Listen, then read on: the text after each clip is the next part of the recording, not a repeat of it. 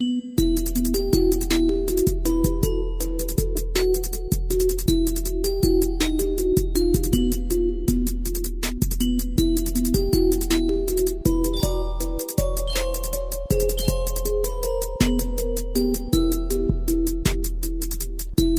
and welcome to what I'm going to call a very special episode of A Muggle's Perspective. Now, I know what you're thinking. Every episode is pretty special, right? It's a Harry Potter podcast with Rogge and Braden. But this is an even above averagely special episode because we're joined by, Braden, what's the word? Fan favorite? How do we describe this guest? Hero, legend, as some would say. Human dictionary. Yeah. We're joined today by Carla. Hey guys. Carla, I think it needs no introduction at this point. I mean, if you're this far into the podcast and you're like, Carla, no, I don't. It's not ringing a bell. I don't know. I don't know what to do for you. Yeah. I feel very insulted if that was the case. Yeah. You should. If you have to ask those kinds of questions, you are not worthy of this episode. Yeah. So, Just honor system. Just go back, listen to all the other episodes again, and then come back, and you'll see if you're ready. should we do a quick refresher though on just House and well, I guess just like where you're from first of all, because this is what makes this more fun because. This isn't just like somebody Rogge knows from Warsaw or that I know from Crawfordsville. So, where you're from, your house, just a quick rundown again. It's just from down the streets in Portugal. And I'm a Ravenclaw. And that's why I know what crenellated ramparts are. And the word for an unstaged photo. Yes. Unlike me, apparently. So, what's our Portuguese update, Carla? It's been a while since we've talked to you. How are things going across the pond? Well, Gotta say across the pond. It's going well as expected, I guess. So I don't know if you've been told about it, but we're in the middle of a pandemic. It's hit us too, yeah. So we have curfew rules, and especially on weekends, you're not allowed outside from 1 o'clock onwards. Okay. On weekends. So, do people follow these PM. rules? Mostly, yes. Wow. We're a very rule-abiding people. There's a lot less rejection towards these rules. I mean, we've had a full lockdown in March, as everyone else. It lasted from the middle of March until beginning of May, and it was full on.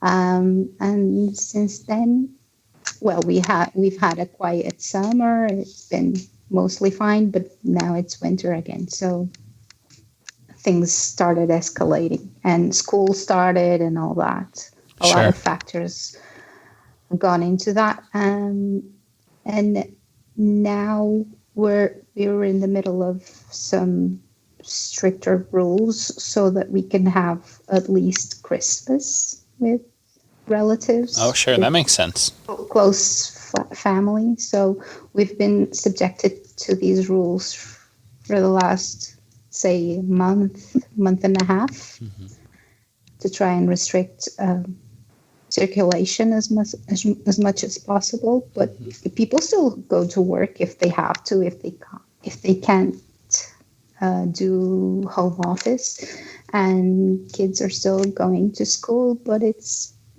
really much more restricted than it was during the summer. And that's it. I'm working in home office, so I've been locked up for a long time now. But you're weathering the storm, which is what we like to see. Yes. Well, it's been, it's tough because you realize people die every day, but it's not, well, this is going to sound bad, but it's not frightening numbers. I mean, Yeah. one is frightening because you never want people to die if they weren't meant to or didn't have to, but well, it's worrying, but manageable, I'd say. That's good. And hospitals are getting better coping because there was a moment there before we went into this new, lockdown or half lockdown that hospitals were really struggling to keep up. Yeah. And that was the worst part of it. And now we're hoping to have Christmas. Yeah, fingers crossed. Yeah.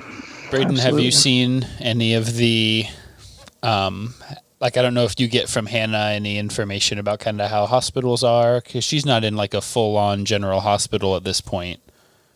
Yeah. Right. So, yeah, she, it's kind of crazy, the timing, like right before we moved, she was on a unit where she 100% would have been on like the front lines, at least in Lafayette, Indiana. And we moved right before all this started happening. So she's in an outpatient setting now in a chemotherapy and like hematology center. So like every day is kind of locked down in those types of facilities because everyone's immunocompromised. So not a whole lot has changed within there. I know she's got her college roommate works on the north side of Indianapolis in a hospital there. And she is in basically her unit got turned into a COVID unit. And sounds like they've had a pretty rough go of it. They're pretty worn out.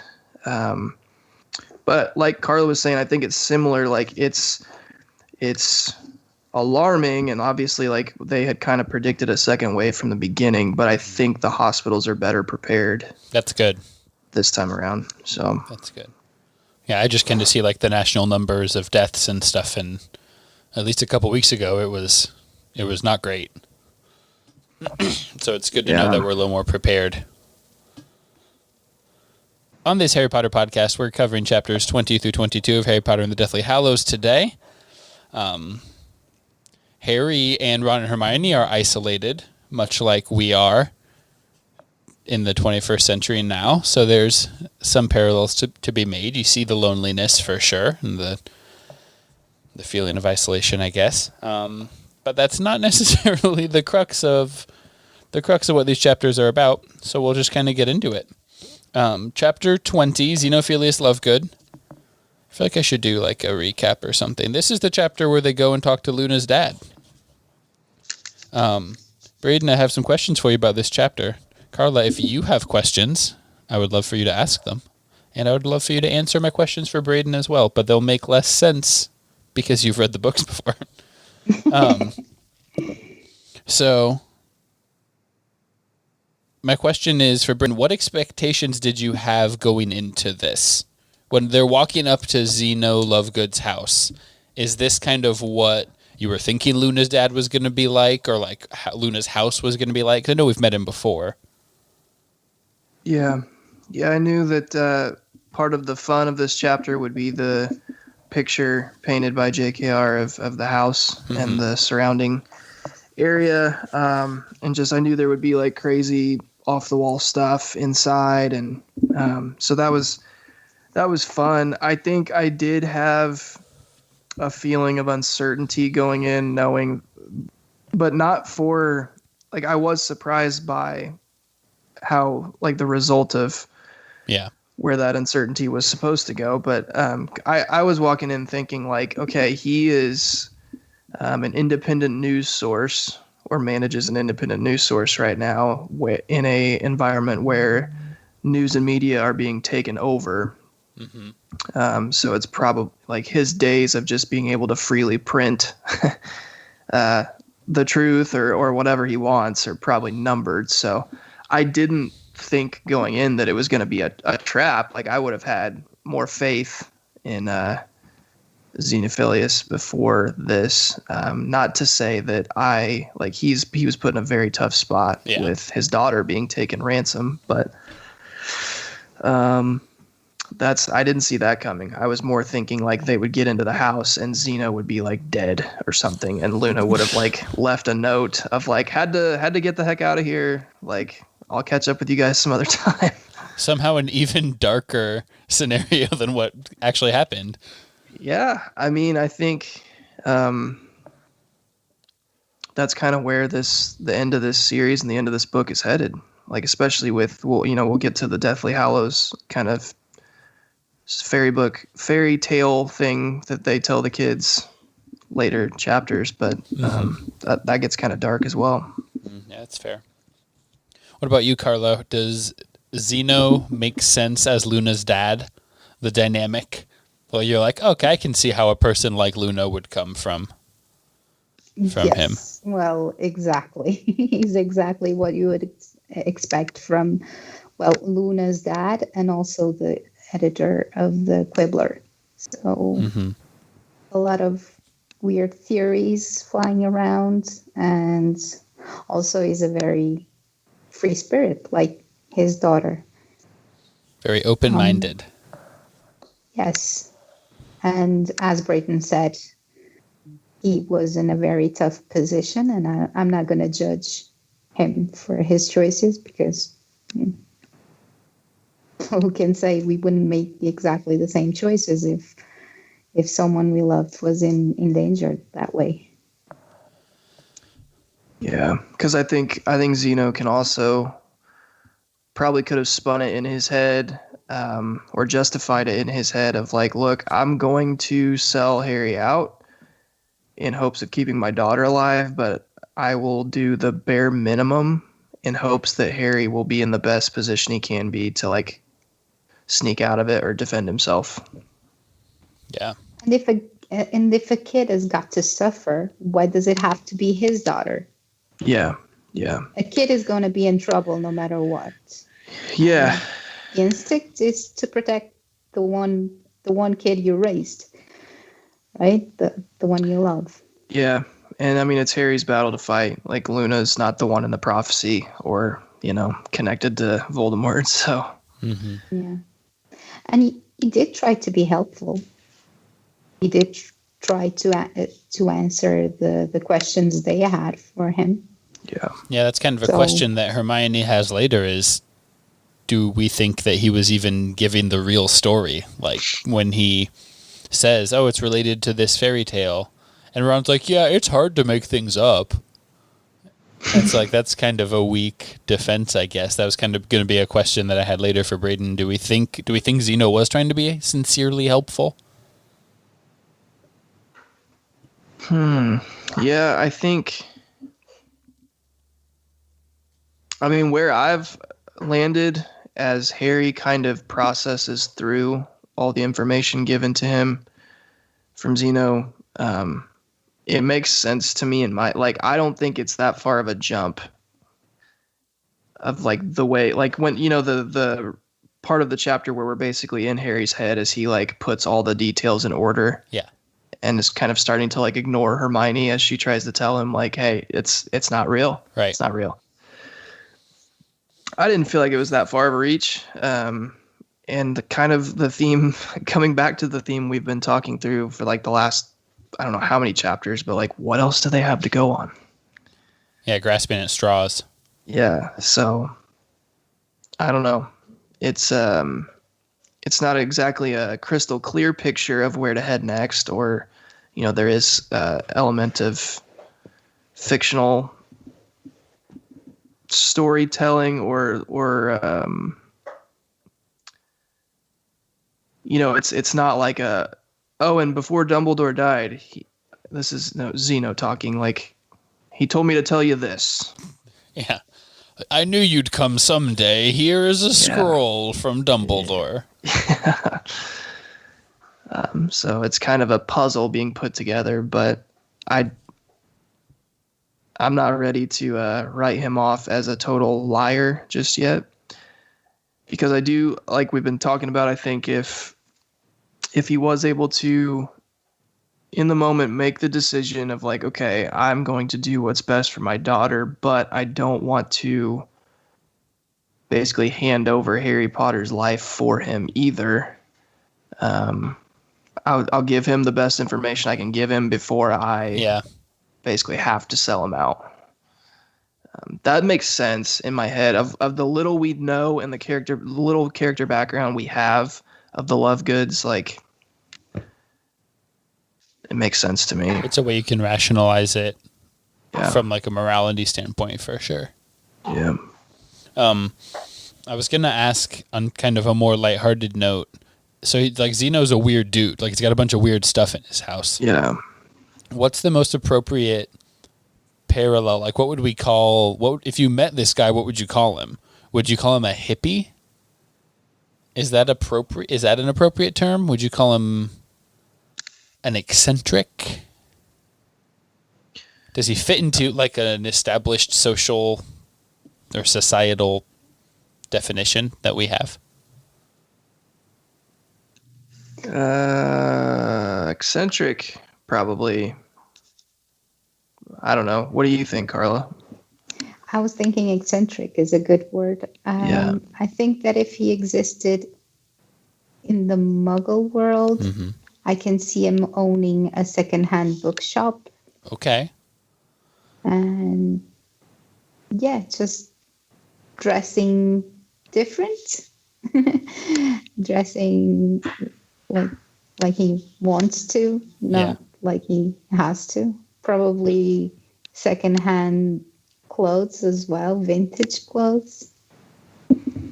That's how I imagine him. Could we say he's a high-functioning sociopath? His cheekbones are not high enough. Yeah, you're probably right. I was going to say, Benedict Cumberbatch could play this character. You could say that about any character in the series. Though. I don't think you can say it enough. Yeah, you could see Benedict Cumberbatch, like, he could train himself to have a lazy eye to play Zeno Lovegood. Absolutely. That wouldn't be a problem. He'd be like, no, I'm method acting this one. Yeah. I could see Xenophilius Lovegood being really into, like, homeopathy and essential oils. Mm-hmm. And also, like, kind of conspiracy theorist. Yeah, type of person. I was thinking conspiracy theorist. Like, I was thinking he's probably got a bunker where he's like prepared for, months of not having any food or water. But he's preparing. He's preparing with food that is not good. He's got a bunch of that Gertie root infusion down there. Right. Yeah, he's not doing it well, but he's trying to do it. He's probably also what he would probably self-label as like an inventor. Yeah. And he's probably got like this garage full of just like stupid stuff that he's like come up with that solves really no one's problems. Yeah. Or not common problems, but he's like, no, this works. Like, we're going to make it big. It's a Stu Pickles situation. Yeah. There you go.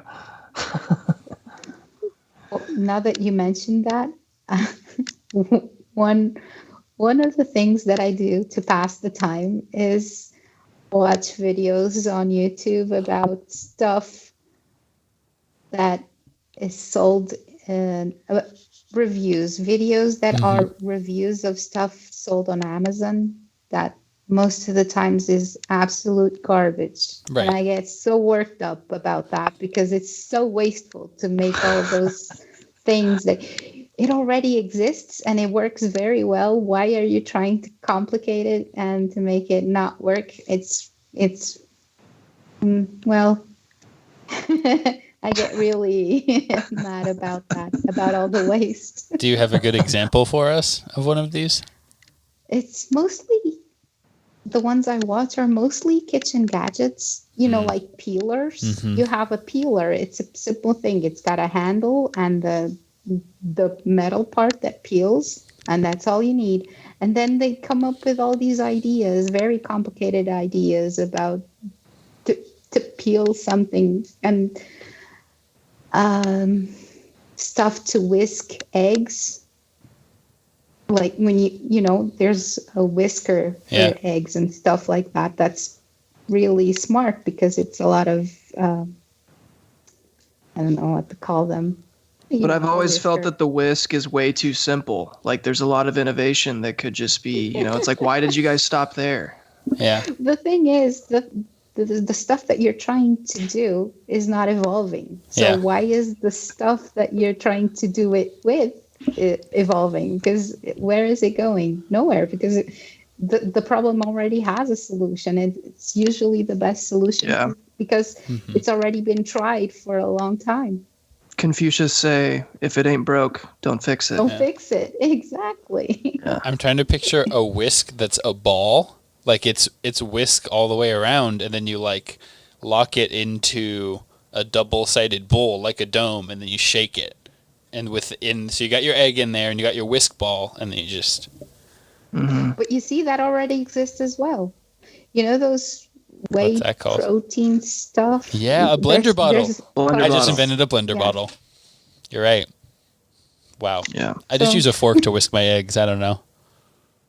Yeah, or a fork. It works just as well. But if you want to be fancy about it, go ahead and use a whisk. Oh, we have whisks. What you don't have to do is something to come up with something that you need to plug in to a wall socket. A motorized whisk. Wow. Yeah. I don't want to have to turn my wrist. That's a hand blender. Sure, but that's useful as well.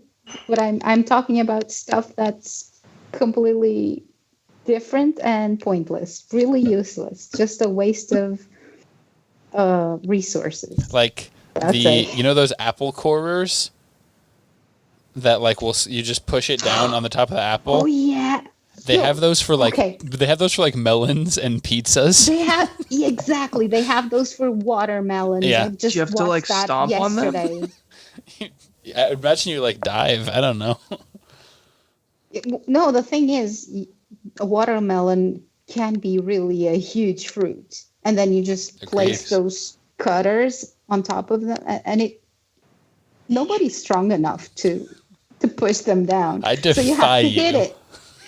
Yeah, so in this video I was watching, the guy had to hit it over and over again until it got to the bottom. Yeah. And what did you get? A sliced watermelon. Yeah. You could have put so much less effort into. Do you know what he used to cut the bottom and the top part so that the watermelon would sit straight? A knife. He used a knife. Yes.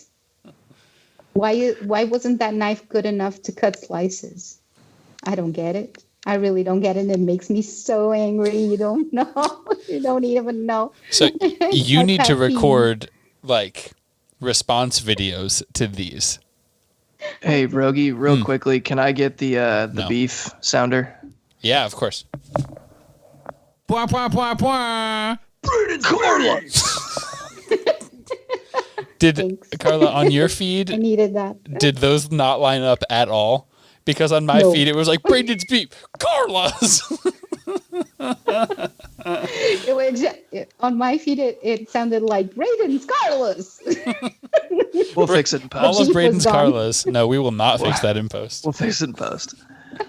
I would subscribe. I don't subscribe to a lot of YouTube channels because I don't spend a lot of time just on YouTube, but I would subscribe to a channel called Carla's Beefs, where it's like a picture-in-picture where you can see the video she's watching and her being like, oh, no, you don't need that.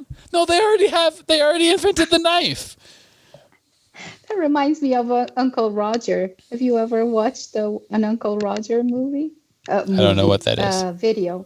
Yeah, it's just a guy that watches famous chefs cooking Asian stuff. And he complains about the way they cook Asian stuff, like when they use Western ingredients or Western techniques in Asian plates. So it's funny. He does it as comedy. It's not a real beef. Yeah. But I guess it could be somehow a little bit of a beef that just got into a comedic number. Yeah. But that's how I would do it. An Uncle Roger style complaint video. Uncle Carla. That's the name of your channel. But Nice. she has to be in like makeup like Uncle Drew, the Kyrie Irving movie, where he's a basketball player that is like an elderly person for some reason. Okay. Yeah. That's just what I think of Sounds when I nice. think of Uncle. Yeah. So Never that's saw that actual movie. no, of course you didn't.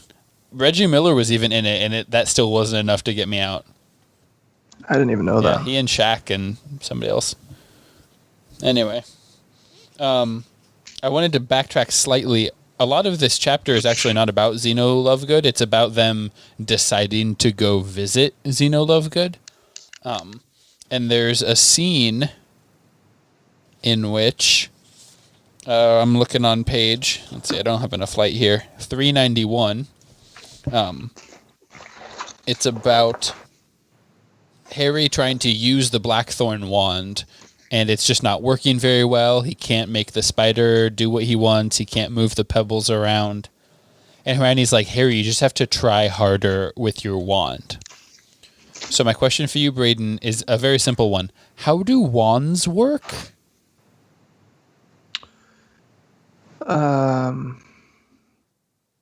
Well, when she says that you have to try harder, most of your wand power comes from your core. So you really want to squeeze the glutes and really like push through your core and grip the wand as tight as possible, and scrunch up your face, like really grit your teeth. Yeah.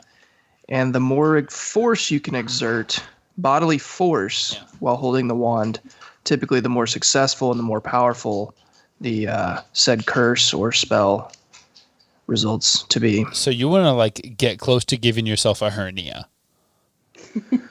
Well, there's proper technique to ensure that doesn't happen. It's a SpongeBob reference. Technique. Yeah. Technique.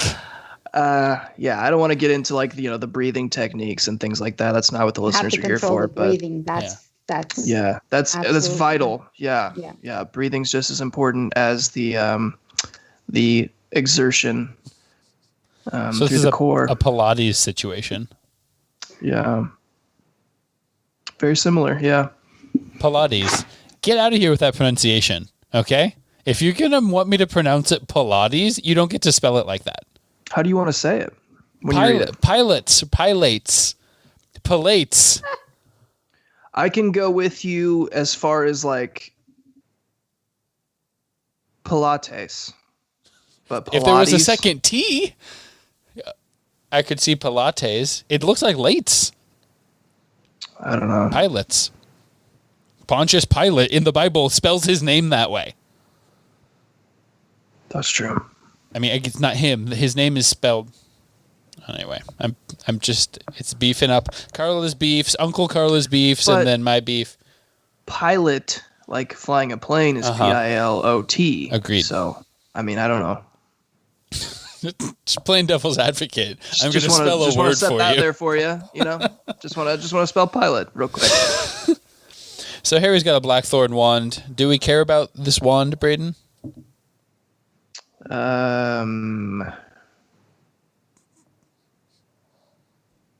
I don't think it's like it doesn't seem like it's working real great for him, right? Yeah.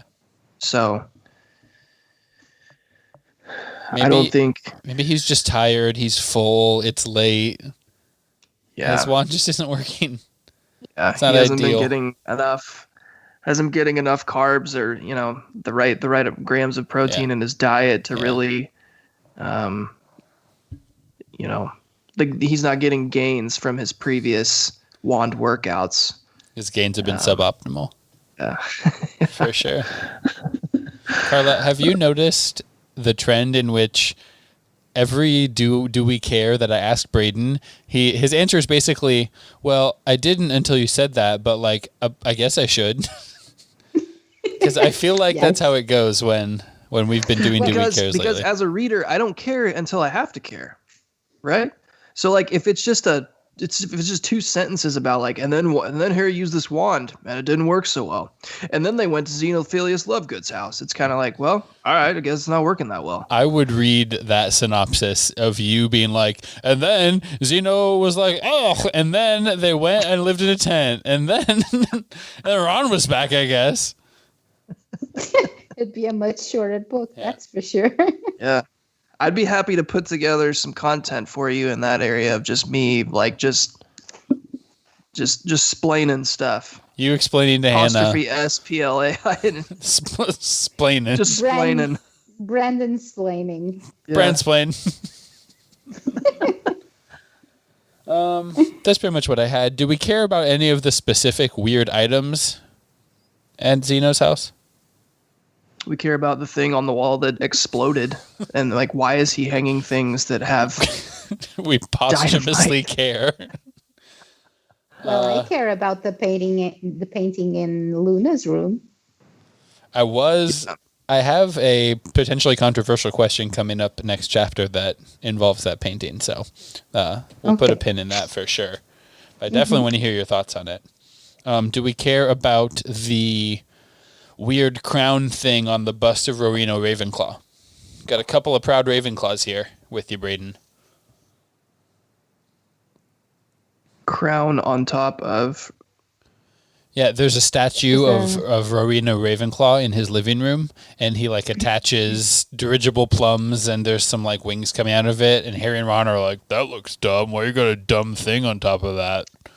And he's like, oh, it's to make you wiser.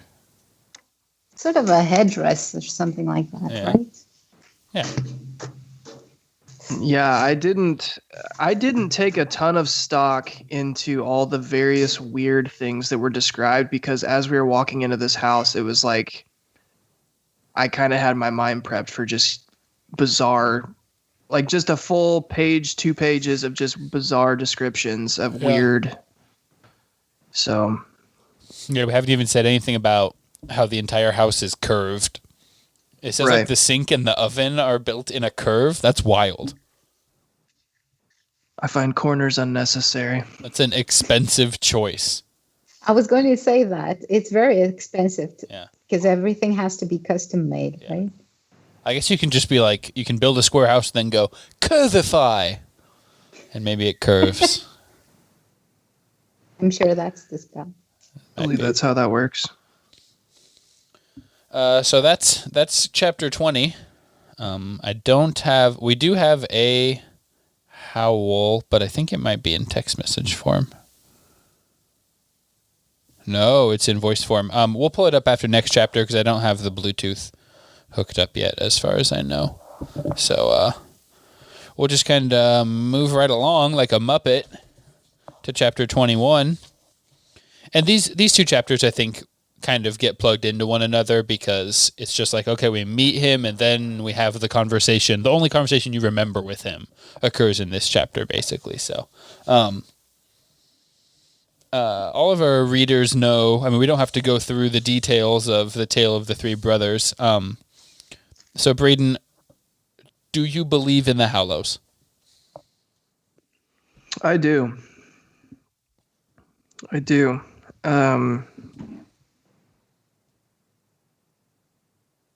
I think the story, I don't think it's like, I don't know the right wording to use for this. I don't think it's like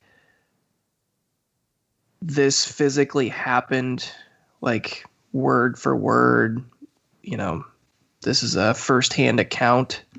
You think it's an allegory? Yes, that's the word I'm looking for, I think. Is that right, Rogge? Allegory? Yeah, an allegory is like more metaphorical, I think. An allegory is like a metaphor. An allegory is like a metaphor. I'm gonna say that. That's what I think. Works for me. I was gonna say more of a parable, but I don't think this is a. Is it a parable? It could be a parable, I guess. Could be, yeah.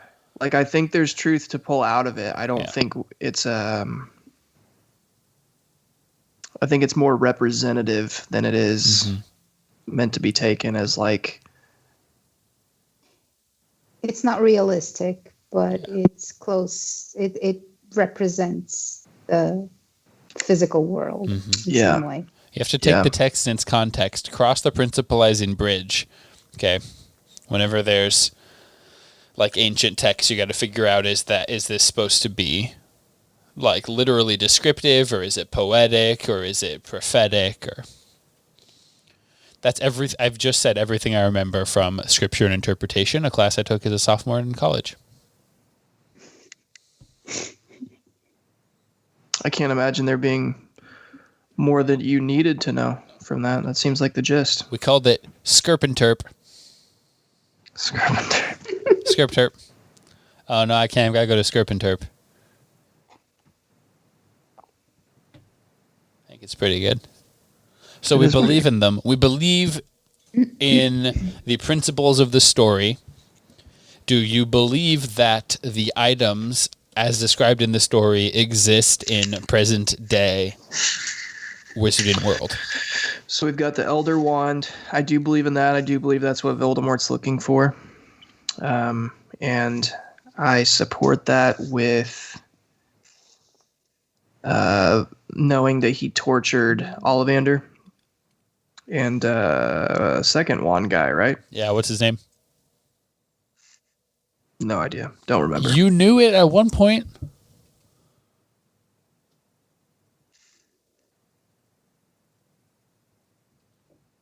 He made Crumb's wand.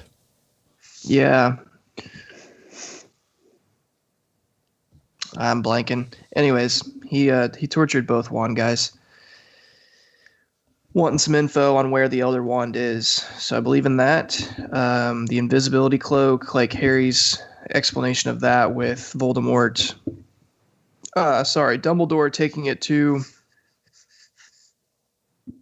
having it in his possession to basically like see if that's if it was, verifying. Yeah, he was like examining it.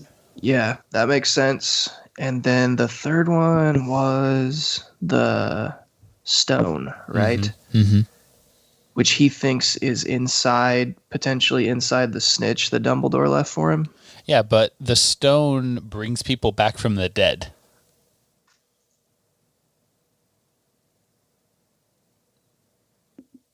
Is that a viable option? That's one of the main rules of magic that we've always known, is that you can't bring people back from the dead. Yeah. So that's the harder one to wrap your mind around.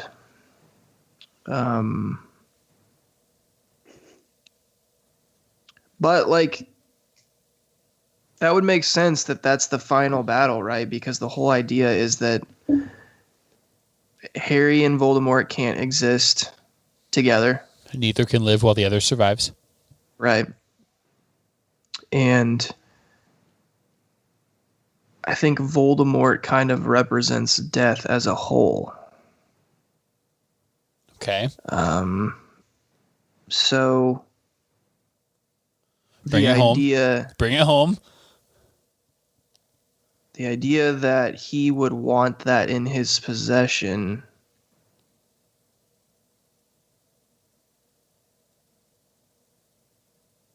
probably just for personal use, right? He's just I don't know how you would use that on yourself. Casual reanimation of corpses.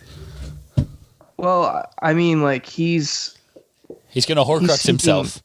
He's seeking all-powerful immortality, right? Uh-huh. So I don't know how exactly this stone works, but if it's in your possession, can you revive yourself? So, Carla, I don't think this episode has come out yet, but Braden is on record as thinking that Voldemort turned Harry into a Horcrux. Right. So that leads me to this new question of, could one turn oneself into a Horcrux? Now hear me out. You can't be killed until you are first killed. So, paradox. Divide by 0. Yeah, exactly. Can't do it. You split your soul and you make your own physical body a vessel storing your soul, which it already was, but now it is in 2 different ways. But in that case, I think it would still be possible to kill you because. But you couldn't be if killed until you were destroy- first killed. Sure, but first you have to be killed like you would, like in the same way that you would destroy a Horcrux. With the sword of Gryffindor. with the sword of Gryffindor. It'd Sure. be an Achilles situation. And then what happens is that the Horcrux is gone because once the vessel is damaged beyond repair, Uh-huh. the Horcrux is gone. And then you just kill the person. Or you can just cut his head in the first place. And, well, I guess... Not with a there's no regular coming sword, back though. from that. It'd have to be with a No. goblin sword. Sure, with that sword. So it would just narrow Gryffindors. down the options of what someone could use to kill you. Sure, it's smart that way because there's only a handful of things or just one particular thing that would be able to kill you. Yeah. Something to think about. And that's why he put it at the bottom of the lake. Yeah. Because he was like, well, Who did? I don't want this thing just floating around in society when it's the only thing that'll be able to kill me eventually. Oh, the sword. So Voldemort put the sword in the lake, and Voldemort, who is capable of casting a Patronus, like an emotional embodiment of happiness and joy, and his happens to be a female deer, leads Harry to it. Well, no. Voldemort put it there and someone else led him to it. Yeah. Okay. Who? Hagrid. Hagrid's really good at magic. That's a good point. Hagrid is like my Sunday school answer. Like when you just answer Jesus for every question, I just answer Hagrid. Hagrid. It wasn't a female deer, it was a unicorn. You just didn't see the shiny horn. That's a pretty good. That's Hagrid's theory. Patronus is a unicorn? Yeah. Yeah. Because Hagrid is a Why not? unicorn. Not going to get another Hagrid. You could get a female French Hagrid, but that's different.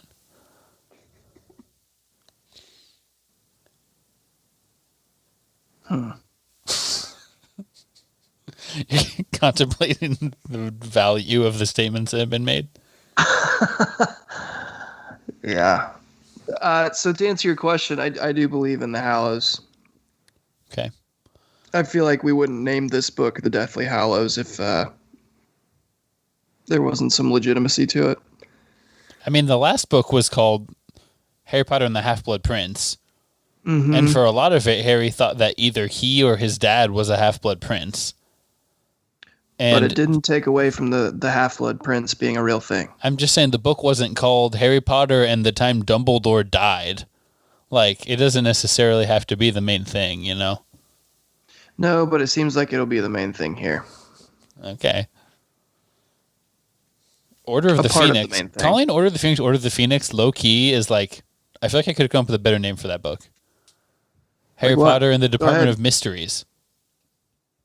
I don't know. Well, it would have blown the whole mystery Harry Potter throughout the book. and was the Mysterious that he didn't know Veil. what he was seeing. Yeah. Harry That could be Potter it. and Kindness to House Elves. Harry Potter and Spew. Yeah. Harry Potter and the Toad-like Woman. Yeah. I don't like any of these as much Off as the Order top of the Phoenix. my head. Okay, here's my controversial question. So Zeno goes downstairs, and Harry just starts wandering around. He goes up to Luna's room, and he realizes that it's all dusty, and that's how he figures out Luna wasn't there. But before he realizes that, he's like, "Oh, Luna's my friend," because she like wrote the word "friends" a bunch of times and stuff. Now, don't take this the wrong way, but do we care about Luna? I do. At this point in the story, how much of our heart is like, oh man, yeah, that's right, Luna. Like does it hit you, or does it feel contrived at all? No, I echo, like I would feel the same way that Carla does. Like I care about Luna. Luna's probably one of my favorite characters after seeing her first appearance in the movies. And I think she is, while she's not necessarily a part of the quad squad, she's like special reserve number 1. Like she's pretty loyal and can be pretty helpful. Neville still being included in the quad squad is like an absolute coup. Neville has not done a lot of quad squad based activities in years. No. I'm trying to think of like what athlete to compare him to. Yeah, Neville like is somebody that gets credit for just being on a great team but doesn't do anything. He's the James Jones of the quad squad. Yeah. Yeah. That's a great one. Yeah. Or literally any of the other Lakers other than LeBron. Oh. Yeah. I'm just thinking that James Jones even specifically followed LeBron like to multiple stops and hung on for titles with him, you know? Yeah. And I a bit of an oversight there. Anthony Davis, he did a little bit too. KCP, had that one game. Okay, so we care about Luna. We definitely for sure care about Luna. Yeah, we care about Luna. Okay. So it hit you in the feels a little bit when you were like friends, like, oh man, look how important we are to her. That got to you? A little bit. There was also a certain small element of creepiness. Like, how long did she sit in there just like writing friends? Mm-hmm. It's kind of one of those weird like mannerisms. Yeah, just I don't know. There's a little bit of psychopath sprinkled in there, maybe a little bit. But like a little bit of horror movie, like we're gonna be friends forever. Yeah, that kind of thing. Yeah. That's what I'm driving at. Like, I mean, the super pale light blonde hair, like giant eyes thing doesn't help. Right. So, okay. I think Luna is really great, and things that would look creepy on anyone else don't really with her because she's already very different from everyone else. I mean, she recognized Harry at the wedding. That's true.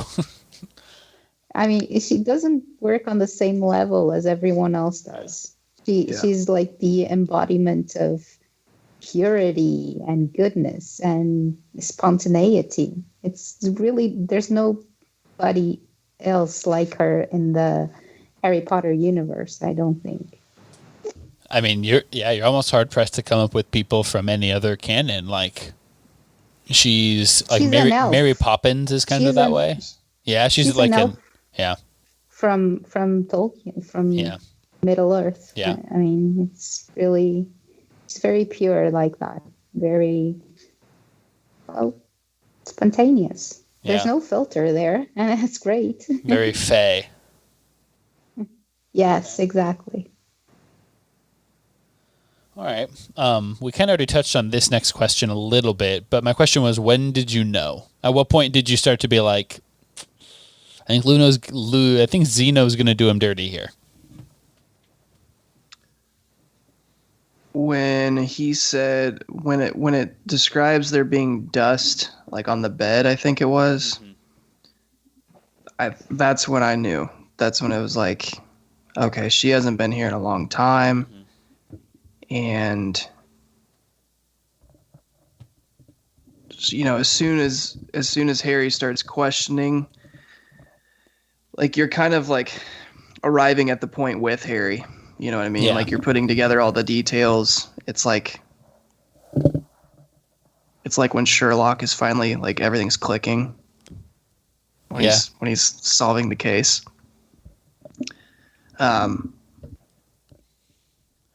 So then, as soon as like he picks up on those details, it's like, oh nope, something's off here. This isn't right. And then when Zeno all of a sudden's like standing in the doorway, like to me that was like he's made a clear like physical, like, hey, let's have dinner here. Where are you going? What are you doing? Let's just all eat right here where we can all see each other.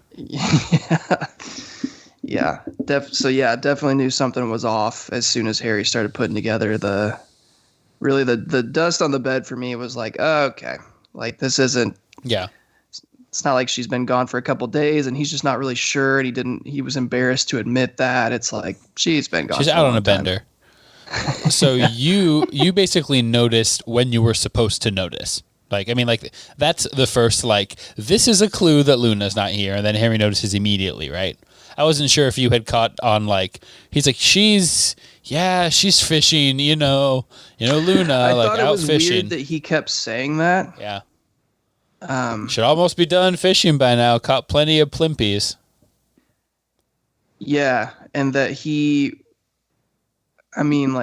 I have 2 little sisters, so I guess I'm more, my mind works like this, but like, I guess it was weird reading that and thinking like, you just sent your daughter to go like fishing somewhere by herself, like without any kind of communication, or like, you don't really know when she's supposed to be back. Yeah, I mean, she's 16. And also the brilliance about this is that they're very eccentric. So you kind of get used to not being taken aback with almost anything that comes from the Lovegoods, because they're very different from everyone else. Yeah. They go on excursions to find the crumpled something Snorkack. Mm-hmm. Yeah. So I would say I found out when I was supposed to. It was another one of those situations where as soon as you realize what's going on, it's like, oh yeah, there were some giveaways. There were some hints for sure. You got me again, JK. Yeah. Well played. We kind of already touched on sort of the finale. Ron and Harry are very impressed with Hermione about like putting the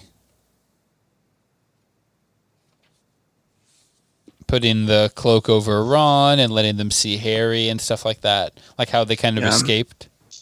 She needed that. She needed that performance after breaking Harry's wand. It's got another one in the win column. Yeah.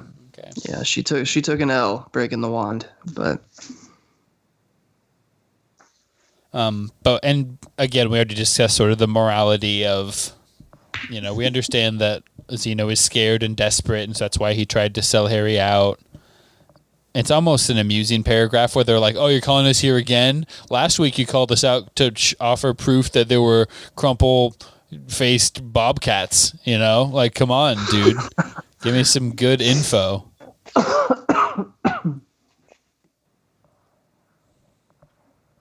So, anyway, that's the end of that chapter. We've got chapter 22, the Deathly Hallows. But first, a word from another well-known source.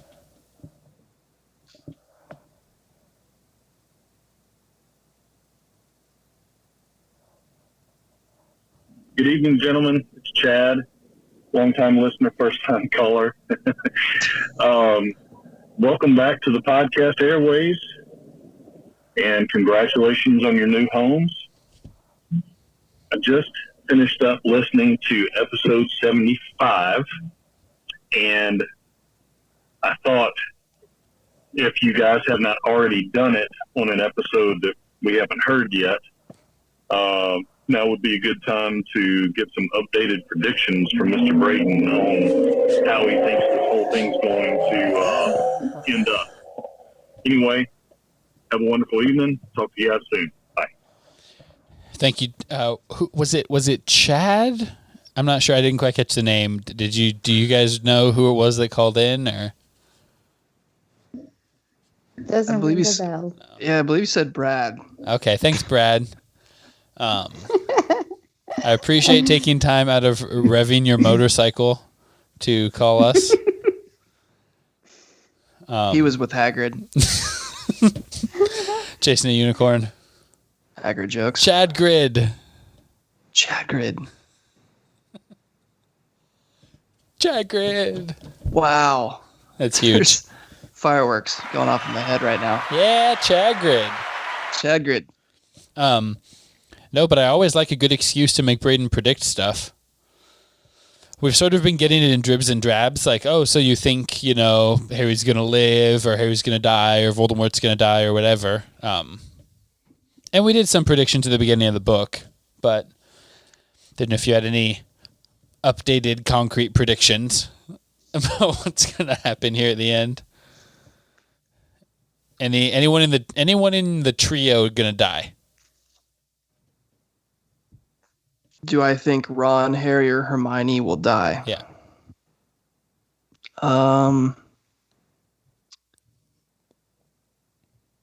I think there's some probability that Ron will Redeem himself by like jumping in front of a bullet for Harry. Yeah, it'll definitely be like a sacrifice situation. And as the light left his eyes, he clicked the deluminator, and the ball of light went back into his heart, and he breathed his last. Yeah, I could see that. I think there's some argument to be had for that possible scenario. You've made some noise in the past about Hagrid potentially dying.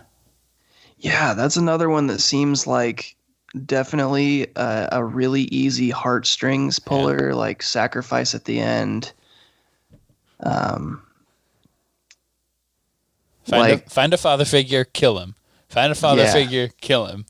Yeah. Yep. Kind of the theme here. I don't think Harry or Hermione are going to die. What about Voldemort and Bella? Snape. Malfoy.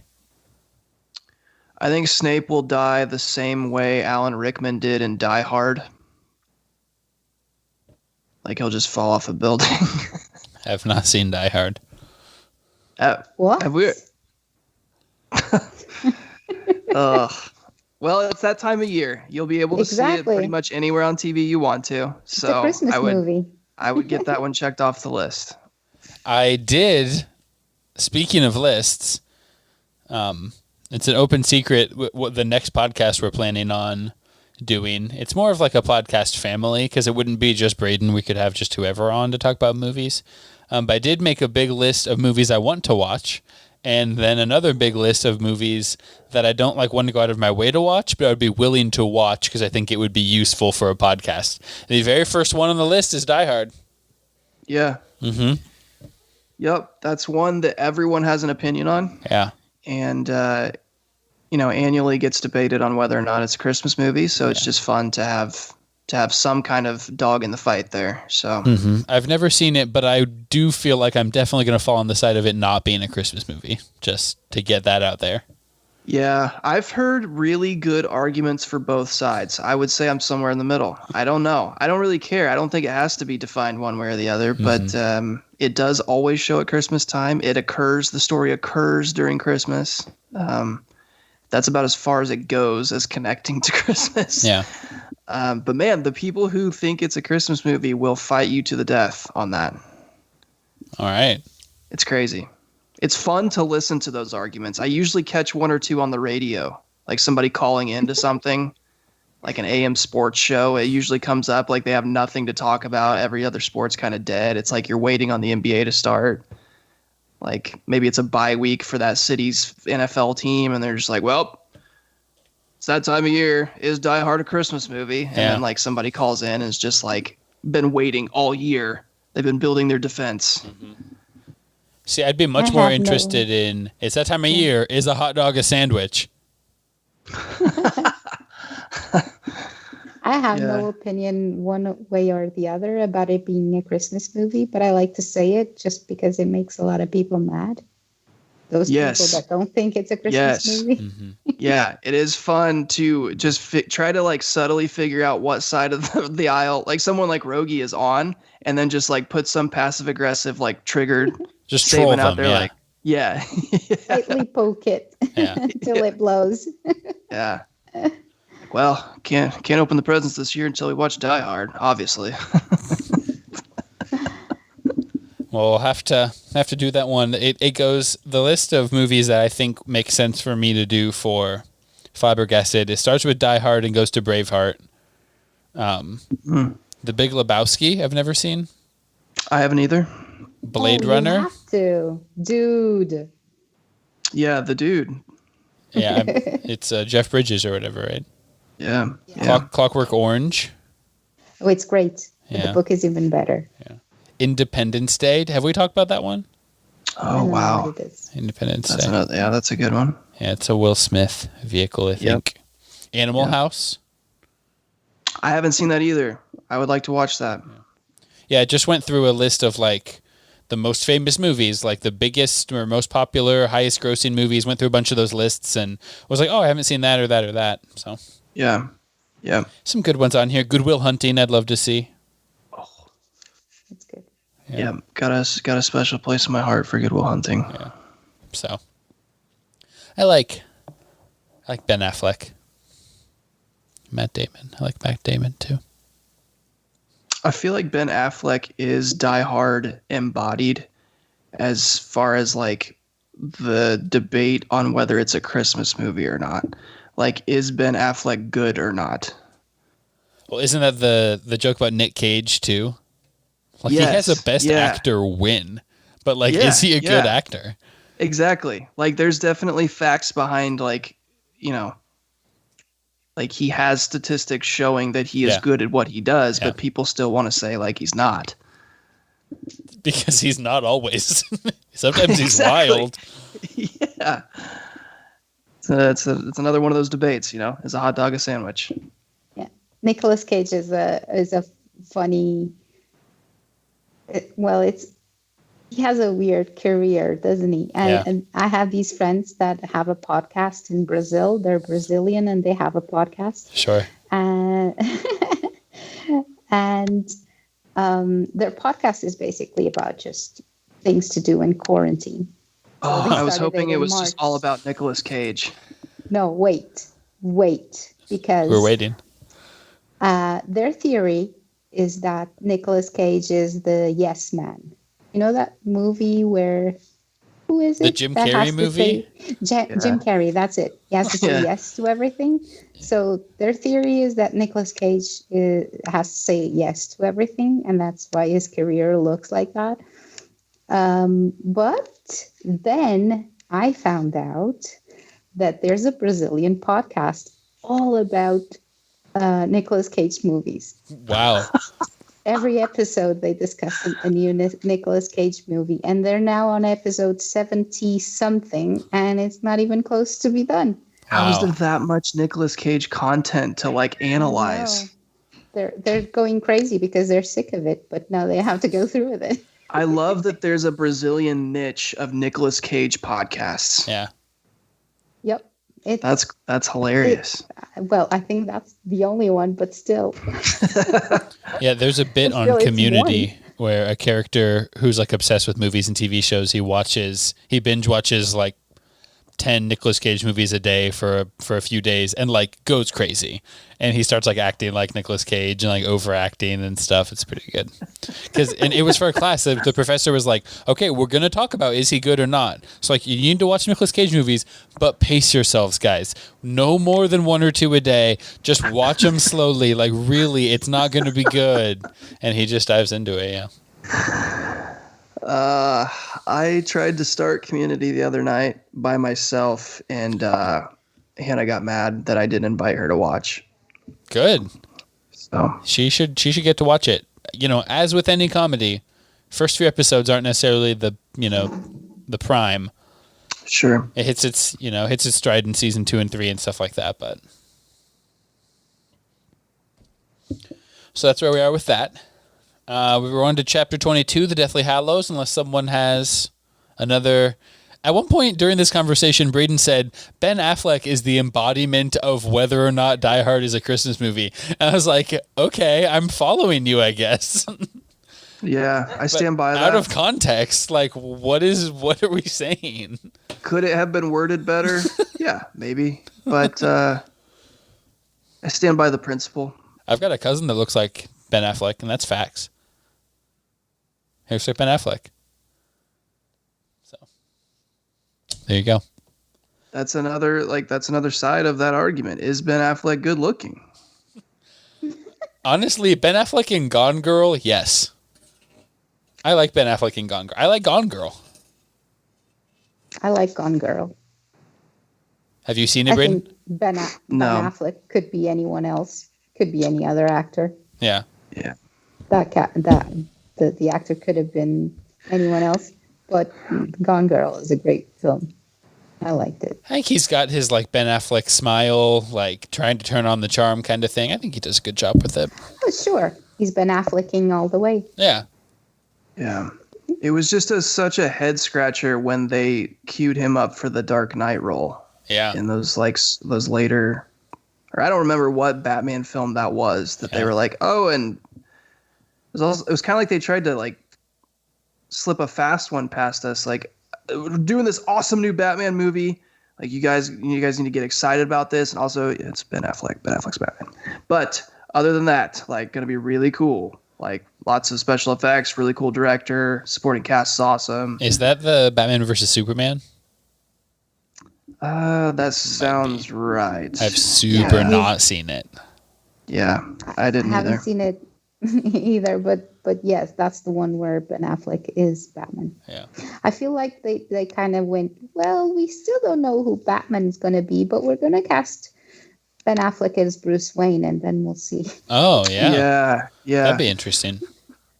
The one Ben Affleck movie I have seen that I was like, he was awesome in that. I think it's called The Accountant. It is called The Accountant. Where he's like a serial or like a assassin, but also an accountant, and he just plays like a real, like he's socially inept, but could kill you in like 1,000 different ways. Mm-hmm.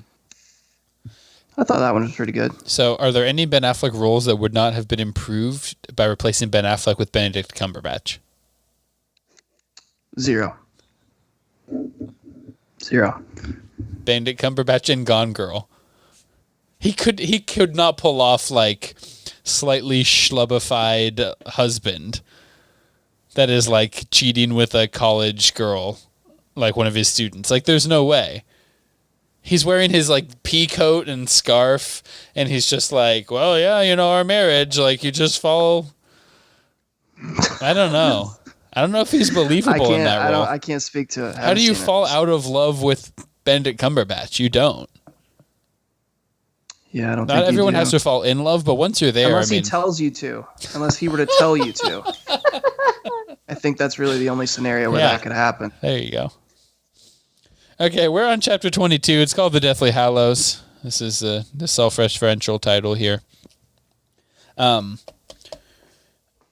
So there's not a ton that happens until the very, very end in terms of like events. But it's a lot of Harry. We finally get moody Harry back. If you loved Order of the Phoenix and you just wish that Harry would be like, you guys don't understand me. Like you wish that he would do that more. This is a chapter for you. Harry? Yeah. Harry is very convinced about this Hallows situation. Voldemort's going after the wand. Harry's got the cloak. The stone's in the snitch. Why is Harry so convinced? I don't know why Harry's so convinced. I think Harry has been just like so desperately wanting. I think this goes back to a father figure thing. Harry keeps having the father figures ripped away from him, and for a long time for the last, how many years has he been at Hogwarts now? This would have been his 7th had he gone. 7th, so 6 and change years. Dumbledore was kind of in that role, right? Mm-hmm. And so there was a trust built there. And a weird trust that was like not a great communicated trust all the time, but like whether or not it looked like it was supposed to in a fatherhood role, it was there. It was built by all they had been through together. Mm-hmm. And so I think Harry has this like deep-seated need or desire for Dumbledore to come through like he always has and have the weird answer at the end that's really helpful. And so when this storyline comes in and kind of fits into and checks all the boxes in Harry's head, he's like, "Yup, this is what I needed. This is it." Like I think there's an emotional element to this, and I say that having already said earlier that I believe in it. But I can also acknowledge that I do think Harry. I don't know. This is my personal, the way I think about it, I guess. I think that he wants so desperately to have that trust in Dumbledore back. And a little bit's been eroded because of all this stuff we've been going through the past couple chapters of like the articles written and the rumors around Dumbledore. And I think Harry wants to be able to restore that faith back in the fatherhood figure that was Dumbledore. And so, yeah, this story comes along and he's like, yup, that makes sense. I like it. I'm going with it. Well, how many chapters ago was Harry like, Dumbledore's such a jerk, didn't tell me stuff. Hermione, he was evil when he was a kid. Don't make excuses for him. Like he's completely flipped the other way. I think, but that's I think reinforces my point. I think Harry's really emotions driven right now. It's two sides of the same coin, you're saying. Yeah, I think any of us would be in that situation, but I think he was so angry and exhausted and frustrated after living in the woods for how long, trying to like come up with some shrivel of a clue as to where the next Horcrux would be, just confused as to why like Dumbledore didn't just like physically write it out for him. And a lot of those things he said and were feeling were natural and like you can't blame him, but pretty emotions driven, right? Carlo, what do you think? Do you buy this argument that Harry is just in a particular emotional state where he's extra vulnerable to, I guess susceptible would be the word, to like latching on to something like this? Well, I think it makes sense because they're not advancing much in Horcrux's hunt. It's been mostly camping, right? And, well, I think Braden has a point there. He wants it to be true so that he feels that Dumbledore once again came through for him. That's understandable, I think. I guess I've never thought of it in that light. I always figured the argument would be that Harry is just so used to being the center of the world that he's like, oh yeah, why wouldn't I just like, it's probably me. I probably have the stone. Oh, like this cloak, that's probably mine. You know what I mean? Yeah. And I agree with you. I think that makes sense too, I guess. But I think with the information he has on the prophecy and just like this whole concept of, you know, when it comes to him and Voldemort, neither can live while how do you say it again? How's the line? Neither can live while the other survives. Carlo, how's it go in Portuguese? I think it's nenhum pode viver enquanto outro sobreviver. I'm not sure how it's said in Portuguese. I've always just listened to it in English in the movies and read it in English. So I mean, that sounds it's something like that. It sounds almost exactly like what it would be in Spanish. So I believe it. Yeah. Yeah. I probably broke up your train of thought, Braden. Yeah, I'm trying to figure out where I was headed there. He had the prophecy made about him. Yeah. Oh yeah, just like that way. Yeah. Yeah, it's been groomed that way, and I think there's a lot of fact-based evidence that like it or not, it is all about him. It's all about him and Voldemort. Yeah, so he can be forgiven for just assuming. Yeah, but the thing is also that the Hallows are prior to this whole thing, right? That's true. So it could be it could be Harry just thinking a little bit too much of himself to think that these Hallows somehow Never. because it's such an old story. It's a very old story. It's a nursery, been turned into kind of a nursery. I don't think it's nursery story that it's either nursery rhyme or what is it called? It's kind of like a fable or a parable. Yeah, exactly. A fable. It's like those other stories, right? It's a cautionary tale. Yeah. That's what I meant. The scorpion and the frog or whatever. Yeah. So as a cautionary tale, it's been in existence for probably centuries, I guess. And even if it refers to real things, to real objects, why would those 3 real objects just end up in Harry's hands? Why not? Sure. Counterpoint. Okay, sure. Is this obsession, is this a real distraction to the point where it's like a problem that Harry's like, no, Hallows, like I'm looking for Hallows?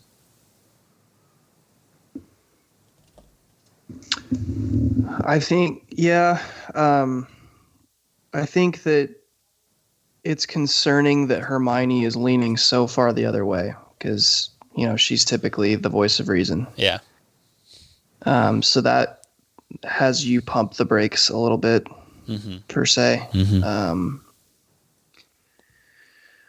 But like I keep saying in this season of the story, like what else do they have? If Hermione was coming to him saying like, no, like that was a fable, like we can't base our whole search off of this, but here's an alternative. Here's what I'm getting from Beetle the Bard and where I think we should head. Then it would be like, all right, now we've got maybe a more facts, another fact-based alternative, I guess. Yeah. But it's just kind of like, she's like, I don't think that was real. And it's like, okay, well, so do you want to just head back out into the woods or what? So your answer would be like, distraction from what? Yeah, essentially. Okay, that's fair. This is the chapter with Potter Watch. So there's a part of the fandom that thinks that this is literally a reference to the fandom and like Harry Potter podcasts, which existed before she wrote this book. Like the Leaky Cast and Muggle Cast and some of the big like early Harry Potter podcasts. So I didn't know if you thought that was real, that she really is like hat tipping Harry Potter podcasts. I wouldn't have known. No. Should we start calling each other River and Rapier and Royal? Something to consider. Not opposed. So here's my question about Potter Watch. Is it useful or is it just fun? Because I'll grant you that it's fun. It's definitely fun. It's at least fun. Yeah. I think it's both. Okay. I think it is useful in the sense that it sustains some form of unity amongst Voldemort opposers, opposition. And it keeps morale up a little bit. That kind of ties into the fun factor. I think it's incredibly valuable in times like those to have a voice of an informative voice that's also an encouraging voice. I mean, when you can pick up any of the newspapers or any media outlet right now that's being controlled by the Death Eaters and just read negativity, it can be easy to just slip into hopelessness. Yeah. And so even if they don't have a lot of new information or a lot to say at any given time, I think it's valuable and has worth to be a encouraging voice of information and unity.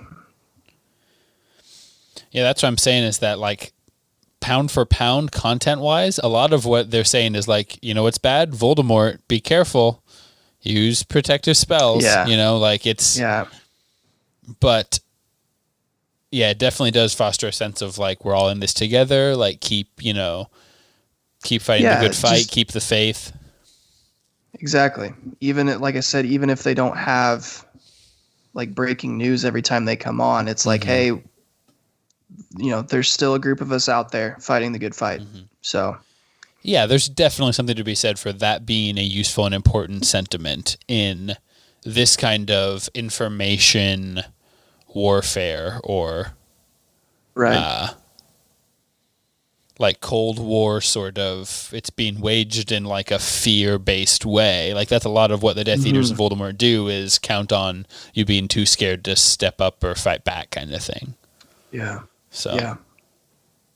psychological warfare, I guess that might be the term. Sure.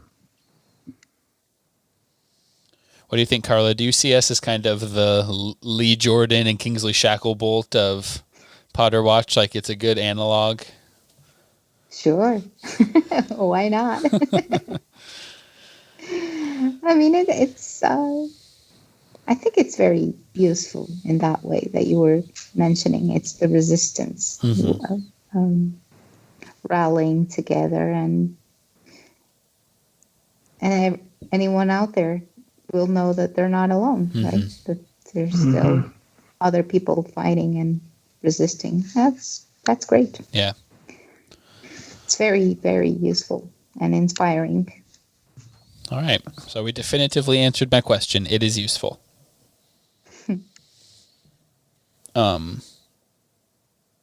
I wrote down, does this give a different perspective for the trio? Where they don't have to just think about like, oh, it's just us looking for Horcruxes all the time. Like, we're the only ones out there. But I guess that's the case for everyone. I mean, everyone likes to feel like they're part of something bigger and they're part of a movement that's not just themselves. But I think you have a point. Like it's even more valuable for the trio because they are quote unquote on the front lines. Not that others aren't having to. Go ahead, Carla. Sorry, I was going to say they're the ones that are actually they actually have a plan. They actually know what needs to be done. Yeah, to cause real change. Exactly, and everyone else is just trying to resist and escape and not be... Stay alive. Yeah. Exactly. Yeah. And stay alive. Yeah. It's more survival. Yeah. But they're the ones who actually do have a plan and a course of action that they need to follow, even though they're not sure how to a lot of the times. But they do know what's necessary. And if everyone else out there doesn't know what's necessary and they're still doing it, they're not giving up, then they shouldn't either. Yeah. So unless we have more thoughts on Potter Watch, I wanted to ask just here on this very last page, they're all, happy about it. We just watched we just listened to Potter Watch and that was so fun. And then Harry says the name. We haven't even talked about that. Have we talked about the taboo thing? No, that they've enchanted, or however you say his name, to where if you say it, all of a sudden you've got like a tracker on you, like you can be located. And it like breaks down your protective spells. It's wild. Yeah, that one kind of bothers me, like from a writing standpoint. It's a little cheap. I think that one's a little cheap. I didn't love that one. Braden's beef. Yeah, that one's not super beefy for me, but it was kind of like, really, like, oh, we can do that now. You could just cast it on the whole wizarding world, like. Yeah, that's what I mean. That's way too broad sweeping to like really Like I could see that if they set it up on certain locations. Yeah. Like they put that kind of thing right around the Lovegood home, knowing that Harry would probably end up in there, and that if he says his name, we got him. It tips us off immediately that like he's got a heat sensor right there. Yeah. But the whole wizarding world, if you say a word now, they know exactly where you are. Well, I've never thought about this before, about how it being cheap, so. Sorry, Jeremy. Idea. So, now that I'm thinking about it, why would you not just make it like, "Hi, Harry"? Like, that's going to get you right to where freaking Harry Potter is, probably. Yeah. It's an interesting choice because so many people refuse to say his name to begin with. So maybe that was the tact in it from Voldemort's standpoint of like, Harry's probably the only one who doesn't respect me enough to like really use my name. Well, that's what Ron says when he tells Harry about it the first time. Is he's like, well, it was only ever the really serious people like your Kingsleys and McGonagalls and people like that ever used it. So if that's who you're trying to catch, it's going to narrow that net down. It's going to be a pretty fine net. And I'm good with that. That makes sense. I just the whole concept of being able to cast a spell over the entire wizarding population is a little ridiculous, I think. Yeah, I don't know how that works. You really gotta push for that one. Yeah, that's an advanced level of wizard Pilates at that point. Thank you. You got my text from an hour and a half ago. Or bringing me water. That's so sweet. Do you get slapped a lot? She's too short. These little stubby arms. Can't reach very well. That's why he has a beard. It's a buffer. Yeah. That's okay. You can complain. If you're scared, just say something on the chat or Blink twice. Yes. No. Like I deserve it. I deserve it. You're in a safe space, Rogan. I'm just a little nothing, and I don't deserve nice things.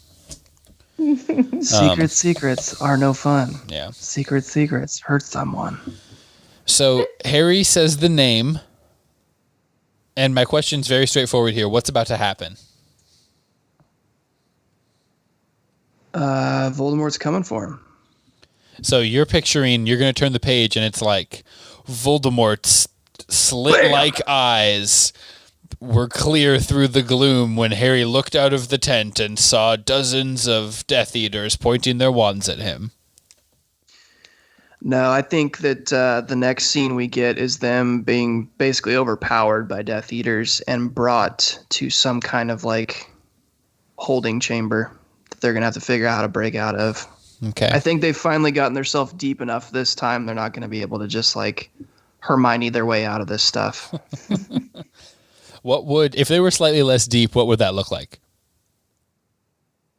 Her Hermioneing her way out. She'd be like, oh, okay, I'm going to put on the invisibility cloak because I'm a mudblood. And then you guys wipe their memories. Yeah, that exactly. Have fun. Good luck. Yeah. I don't know how. Or yeah, maybe Hermione gets sick of it and she's just like, deuces. I keep having to freaking save you guys. I'm done with it. Okay, give me the sword. I've got the bag. I've got everything. So I'm just going to. Screw this prophecy. I'm going to go get him myself. Mm-hmm. You guys are slowing me down. Yeah. You're cramping my style. Well, what do you think, Carla? Should we let Braden know if he's right or not about that prediction? Well, I think he deserves to know. You think he's been a good boy? He deserves to know? He deserves to know he was right all along. About that Hagrid's going to die in this next chapter? That Hermione just bolts it. Oh, yeah. Yeah, that's true. A much more relevant reference. Thank you. So we're gonna go ahead and flip the page here, Braden. Okay. Rogge, we just did this last week. Are you really making me do a live read again? It's not so much that it is the reaction I'm going to get from Hannah? my better half as I finally emerge from this room at as I finally emerge from this room at 11:30 tonight. No, it's Well, only... that's not fair. It was 11:30 for me when we started. Suck it up, Braden. Ever heard of time zones? Jeez. Okay. So, Braden, did you played Hermione last time, didn't you? Yeah, I can't do that again. Do you just want to be Harry? That's fine. Anyone but Hermione, honestly, Okay. just for my vocal cords' sake. Okay, so you'll be Harry and Ron. How about that? Wow, double Harry and duty. Ron. All right. Yep. Carla will be. Do you just want to take all other characters, all other quoted characters, and I'll do everything else, all the background, the narration, or do you want to do narration? That's fine. I can do the voices if you'd prefer.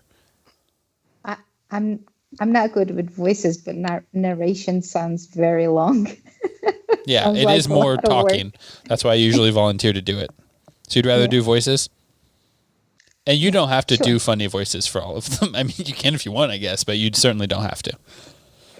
I really can't promise that it will be consistent. That's fine. So How's your British accent? it's rubbish. It's rubbish. It's rubbish. That's funny. All right, Harry looked around at the other two, now mere outlines in the darkness. He saw Hermione point her wand, not toward the outside, but into his face.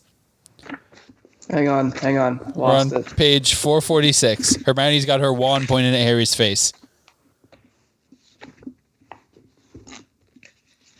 Okay. I'm here. There was a bang, a burst of white light, and he buckled in agony, unable to see. He could feel his face swelling rapidly under his hands as heavy footfalls surrounded him. Get up, vermin. Unknown hands dragged Harry roughly off the ground. Before he could stop them, someone had rummaged through his pockets and removed the Blackthorn wand. Harry clutched at his excruciatingly painful face, which felt unrecognizable beneath his fingers, tight, swollen, and puffy, as though he had suffered some violent allergic reaction. His eyes had been reduced to slits, through which he could barely see. His glasses fell off as he was bundled out of the tent. All he could make out were the blurred shapes of 4 or 5 people wrestling Ron and Hermione outside too. Get off her! Ron shouted. There was an unmistakable sound of knuckles hitting flesh. Ron grunted in pain. And Hermione screamed. No, leave him alone. Leave him alone. Oh, it's me again. Sorry. I know. Your boyfriend's going to have worse than that done to him if he's on my list. Yikes, said the horribly familiar rasping voice. Delicious girl. What a treat. I do enjoy the softness of the skin. Harry's stomach Yikes. turned over. He knew who this was. Fenrir Greyback, the werewolf who was permitted to wear Death Eater robes in return for his hired savagery. Search the tent, Said another voice. Harry was thrown face down onto the ground. A thud told him that Ron had been cast down beside him. They could hear footsteps and crashes. The men were pushing over chairs inside the tent as they searched. Now, let's see who we've got. Said Greyback's gloating voice from overhead, and Harry was rolled over onto his back. A beam of wand light fell into his face, and Greyback laughed. I'll be needing Butterbeer to wash this one down. What happened to you, Ugly? Harry did not answer immediately. I said... Repeated Greyback, and Harry received a blow to the diaphragm that made him double over in pain. What happened to you? Stung. Harry muttered. Been stung. Yeah, looks like it. Said an anonymous second voice. What's your name? Snarled Greyback. Dudley. Said Harry. And your first name? Vernon. Vernon Dudley. That is my first name. What? It's a normal first name, sir. I don't understand. Check the list, Scabia. Said Greyback, and Harry heard him move sideways to look down at Ron instead. What about you, Ginger? Stanchion Pike, said Ron. Like hell you are. Said the man called Scabier. We know Stan Shumpike. He's put a bit of work our way. There was another thud, a body, said Ron, and Harry could tell that his mouth was full of blood. Body Weedley, A Weasley. Rasped Greyback. So you're related to blood traders, even if you're not a mudblood. And lastly, your pretty little friend. The relish in his voice made Harry's flesh crawl. Easy, Greyback. Said Scabier over the jeering of the others. Oh, I'm not going to bite just yet. We'll see if she's a bit quicker at remembering her name than Barney. Who are you, girlie? Penelope Clearwater, said Hermione. She sounded terrified, but convincing. What's your blood status? Half-blood. Said Hermione. Easy enough to check. Said Scabier. But the whole lot of them look like they could still be Hogwarts age. We blept. Said gurgled Ron. Left, have you, Ginger? Said Scabier. And you decided to go camping, and you thought, just for a laugh, you'd use the Dark Lord's name. Not a love. Said Ron. Accident. Accident? There was more jeering laughter. You know who used to like using the Dark Lord's name, Weasley? Growled Greyback. The Order of the Phoenix. Mean anything to you? No. Well, they don't show the Dark Lord. Well. Well. Well, they don't show the Dark Lord proper respect, so the name's been tabooed. A few Order members have been tracked that way. We'll see. Bind them up with the other two prisoners. Guys, there's so much dialogue on these pages. I'm so sorry. Someone yanked Harry up by the You're hair, not. dragged him a short way, pushed him back down into a sitting position, then started binding him back to back with other people. Harry was still half blind, barely able to see anything through his puffed up eyes. When at last the man tying them had walked away, Harry whispered to the other prisoners. Anyone still got a wand? No. No. Said Ron and Hermione from either side of him. This is all my fault. I said the name, I'm sorry. Harry? It was a new but familiar voice, and it came from directly behind Harry, from the person tied to Hermione's left. This is like a logic Dean? puzzle, where it's like, to Hermione's left came this voice, and Harry was not next to the tallest person.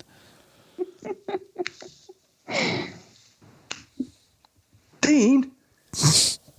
It is you. If they find out who they've got, they're snatchers. They're only looking for truants to sell for gold. Oh, not a bad little haul for one night. Greyback was saying, as a pair of hobgoblin boots marched close by Harry, and they heard more crashes from inside the tent. A mudblood, a runaway goblin, and 3 truants. You checked their names on the list yet, Scabia? He roared. Yeah, there's no Vernon Dudley on here, Greyback. Interesting. Said Greyback. That's interesting. He crouched down beside Harry, who saw, through the infinitesimal gap left between his swollen eyelids, a face covered in matted gray hair and whiskers, with pointed brown teeth and sores at the corners of his mouth. Greyback smelled as he had done at the top of the tower where Dumbledore had died, of dirt, sweat, and blood. So you aren't wanted then, Vernon? Or are you on that list under a different name? What house were you in Hogwarts? Slytherin. Said Harry automatically. Funny how Funny how they all think. Oh, sorry. But funny how they all think we want to hear that, Jeered Scabier out of the shadows. but none of them can tell us where the common room is. It's in the dungeons. Said Harry clearly. You enter through the wall. It's full of skulls and stuff, and it's under the lake, so the light's all green. There was a short pause. Well, looks like we really have caught a little Slytherin. Said Scabier. Good for you, Vernon, because there ain't a lot of mudblood Slytherins. Who's your father? He works at the ministry. Harry lied, as though any of us thought that that was the truth. He knew that his whole story would collapse with the smallest investigation, but on the other hand, he only had until his face regained its usual appearance before the game was up in any case. Department of Magical Accidents and Catastrophes. You know what, Greyback? Said Scabier. I think there is a Dudley in there. Harry could barely breathe. Could luck, sheer luck, get them safely out of this? Braden, could it? Stranger things have happened. Okay. Well, Said Greyback, and Harry could hear the tiniest note of trepidation in that callous voice, and knew that Greyback was wondering whether he had indeed just attacked and bound the son of a ministry official. Harry's heart was pounding against the ropes around his ribs. He would not have been surprised to know the Greyback could see it. if you're telling the truth, Ugly, you've got nothing to fear from a trip to the ministry. I expect your father will reward us just for picking you up. But, Said Harry, his mouth bone dry. if you just let us... Hey, Came a shout from inside the tent. look at this, Greyback. A dark figure came bustling toward them, and Harry saw a glint of silver in the light of their wands. They had found Gryffindor's sword. Very nice. Said Greyback, appreciatively, taking it from his companion. Oh, very nice indeed. Looks goblin made that. Where did you get something like this? It's my father's. Harry lied, hoping against hope that it was too dark for Greyback to see the name etched just below the hilt. We borrowed it to cut firewood. Hang on a minute, Greyback. Look at this in the Prophet. As Scabier said it, Harry's scar, which was stretched tight against his distended forehead, burned savagely. More clearly than he could make out anything around him, he saw a towering building, a grim fortress, jet black and forbidding. Voldemort's thoughts had suddenly become razor-sharp again. He was gliding toward the gigantic building with a sense of calm, euphoric purpose. So close. So close. Harry's scar seared again, and he rose up. Nope, I skipped a page. With a huge effort of will, Harry closed his mind to Dumbledore's thoughts, pulling himself back to where he sat, tied to Ron, Hermione, Dean, and Griphook in the darkness, listening to Greyback and Scabier. Hermione Granger, Scabier was saying. the mudblood who is known to be traveling with Harry Potter. Harry's scar burned in the silence, but he made a supreme effort to keep himself present, not to slip into Voldemort's mind. He heard the creak of Greyback's boots as he crouched down in front of Hermione. You know what, little girlie? This picture looks a hell of a lot like you. It isn't. It isn't me. Hermione's terrified squeak was as good as a confession. Known to be traveling with Harry Potter. Repeated Greyback quietly. A stillness had settled over the scene. Harry's scar was exquisitely painful, but he struggled with all his strength against the pull of Voldemort's thoughts. It had never been so important to remain in his own mind. Well, this changes things, doesn't it? Whispered Greyback. Nobody spoke. Harry sensed the gang of Snatchers watching, frozen, and felt Hermione's arm trembling against his. Greyback got up and took a couple of steps to where Harry sat, crouching down again to stare closely at his misshapen features. What's that on your forehead, Vernon? He asked softly, his breath foul in Harry's nostrils as he pressed a filthy finger to the taut scar.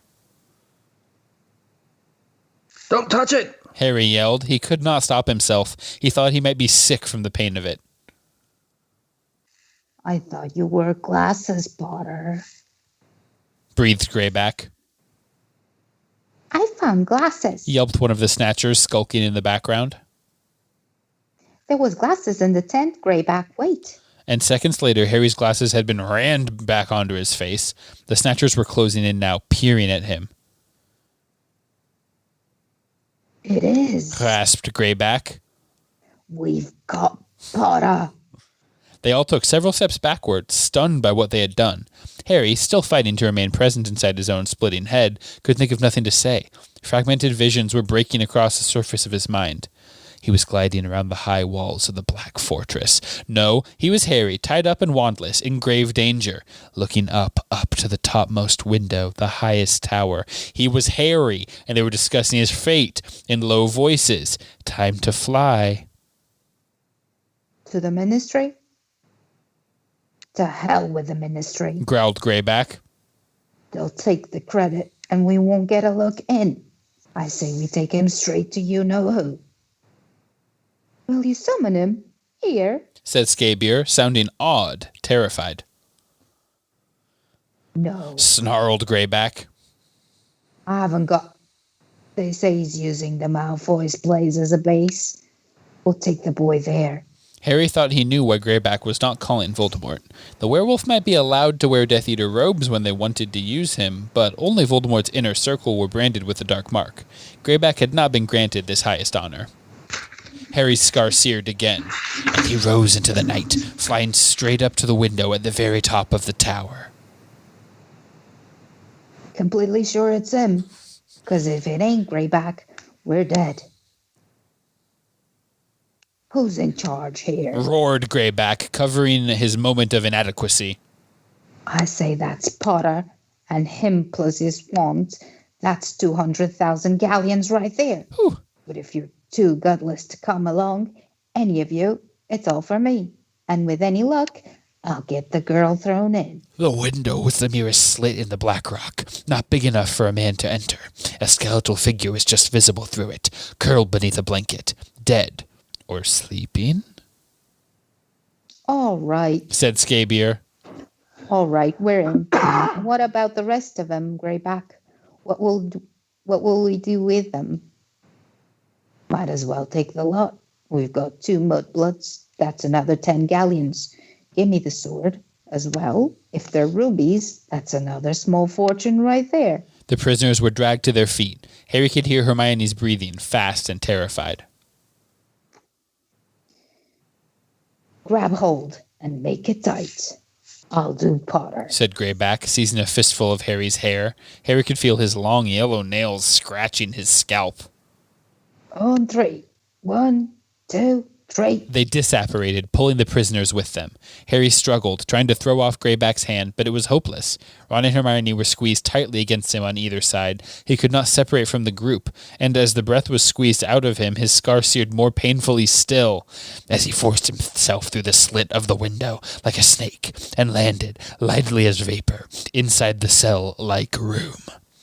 The prisoners lurched into one another as they landed in a country lane. Harry's eyes, still puffy, took a moment to acclimatize. Then he saw a pair of wrought iron gates at the foot of what looked like a long drive. He experienced the tiniest trickle of relief. The worst had not happened yet. Voldemort was not here. He was, Harry knew, for he was...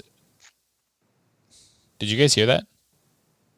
Yeah. Mm-hmm. Huh. That was my phone. It must have heard me say the phone's name. He was, Harry knew, for he was fighting to resist the vision in some strange fortress-like place at the top of a tower. How long would it take Voldemort to get to this place, once he knew that Harry was here, was another matter. One of the Snatchers strode to the gates and shook them. How do we get in? They're locked, Greyback. I can't... Blimey. He whipped his hands away in fright. The iron was contorting, twisting itself out of the abstract furls and coils into a frightening face which spoke in a clanging, echoing voice. State your purpose. Nice gate voice. We've got Potter. Greyback roared triumphantly. We've captured Harry Potter. The gates swung open. Come on, said Greyback to his men, and the prisoners were shunted through the gates and up the drive, between high hedges that muffled their footsteps. Harry saw a ghostly white shape above him, and realized it was an albino peacock. He stumbled and was dragged onto his feet by Greyback. Now he was staggering along sideways, tied back to the 4 other prisoners. Closing his puffy eyes, he allowed the pain in his scar to overcome him for a moment, wanting to know what Voldemort was doing, whether he knew yet that Harry was caught. The emaciated figure stirred beneath its thin blanket and rolled over toward him, eyes opening in a skull of a face. The frail man sat up, great sunken eyes fixed upon him, upon Voldemort, and then he smiled. Most of his teeth were gone. so you have come. I thought you would. One day, your journey was pointless. I never had it. You lie! As Voldemort's anger throbbed inside him, Harry's scar threatened to burst with pain, and he wrenched his mind back to his own body, fighting to remain present as the prisoners were pushed over gravel. Light spilled out over all of them. What is this? Said a woman's cold voice. We're here to see he who must not be named. Rasped Greyback. Who are you? You know me. There was resentment in the werewolf's voice. Fenrir Greyback. We've caught Harry Potter. Greyback seized Harry and dragged him around to face the light, forcing the other prisoners to shuffle around him. I know he's swollen, ma'am, but it's him. Piped up Scabier. If you look a bit closer, you'll see his cough. And this here, see the girl? The mudblood who's been traveling around with him, ma'am. There's no doubt it's him, and we've got his one as well. Here, ma'am. Through his puffy eyelids, Harry saw Narcissa Malfoy scrutinizing his swollen face.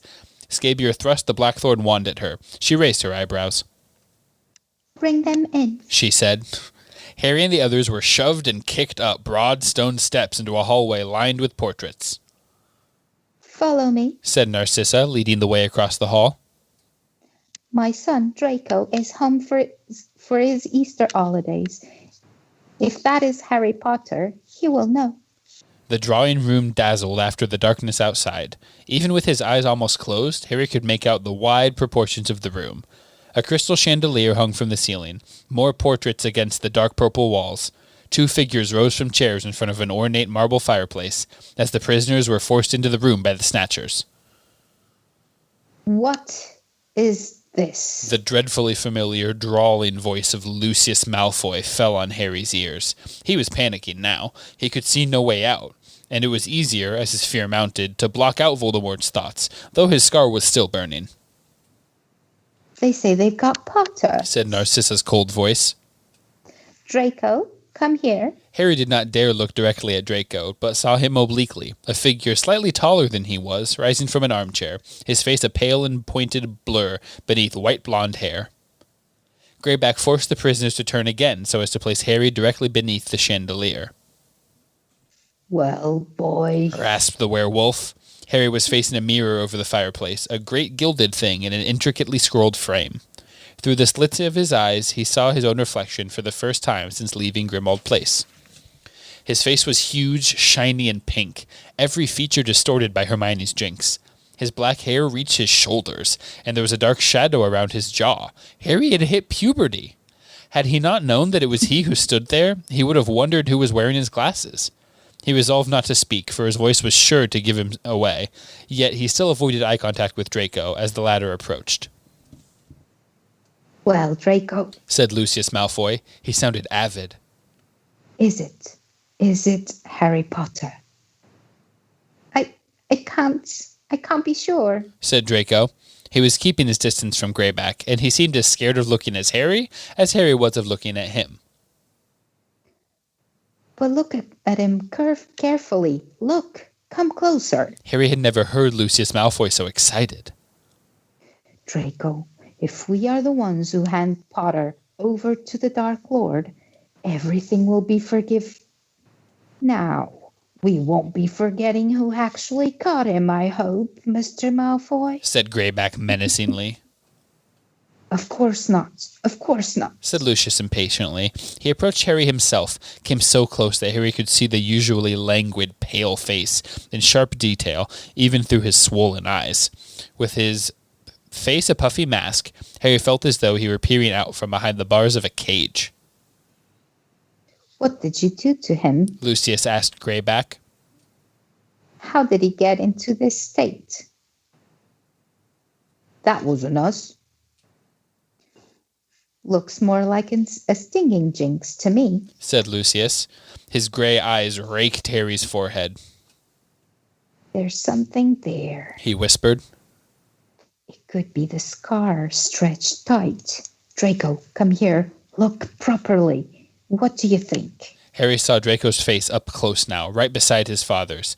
They were extraordinarily alike, except that while his father looked beside himself with excitement, Draco's expression was full of reluctance, even fear. I don't know, he said as he walked away toward the fireplace where his mother stood waiting. Braden, why is Draco scared? Because if he screws this up, I'm sure he's on thin ice to begin with Voldemort. So he and his family are probably... Yeah.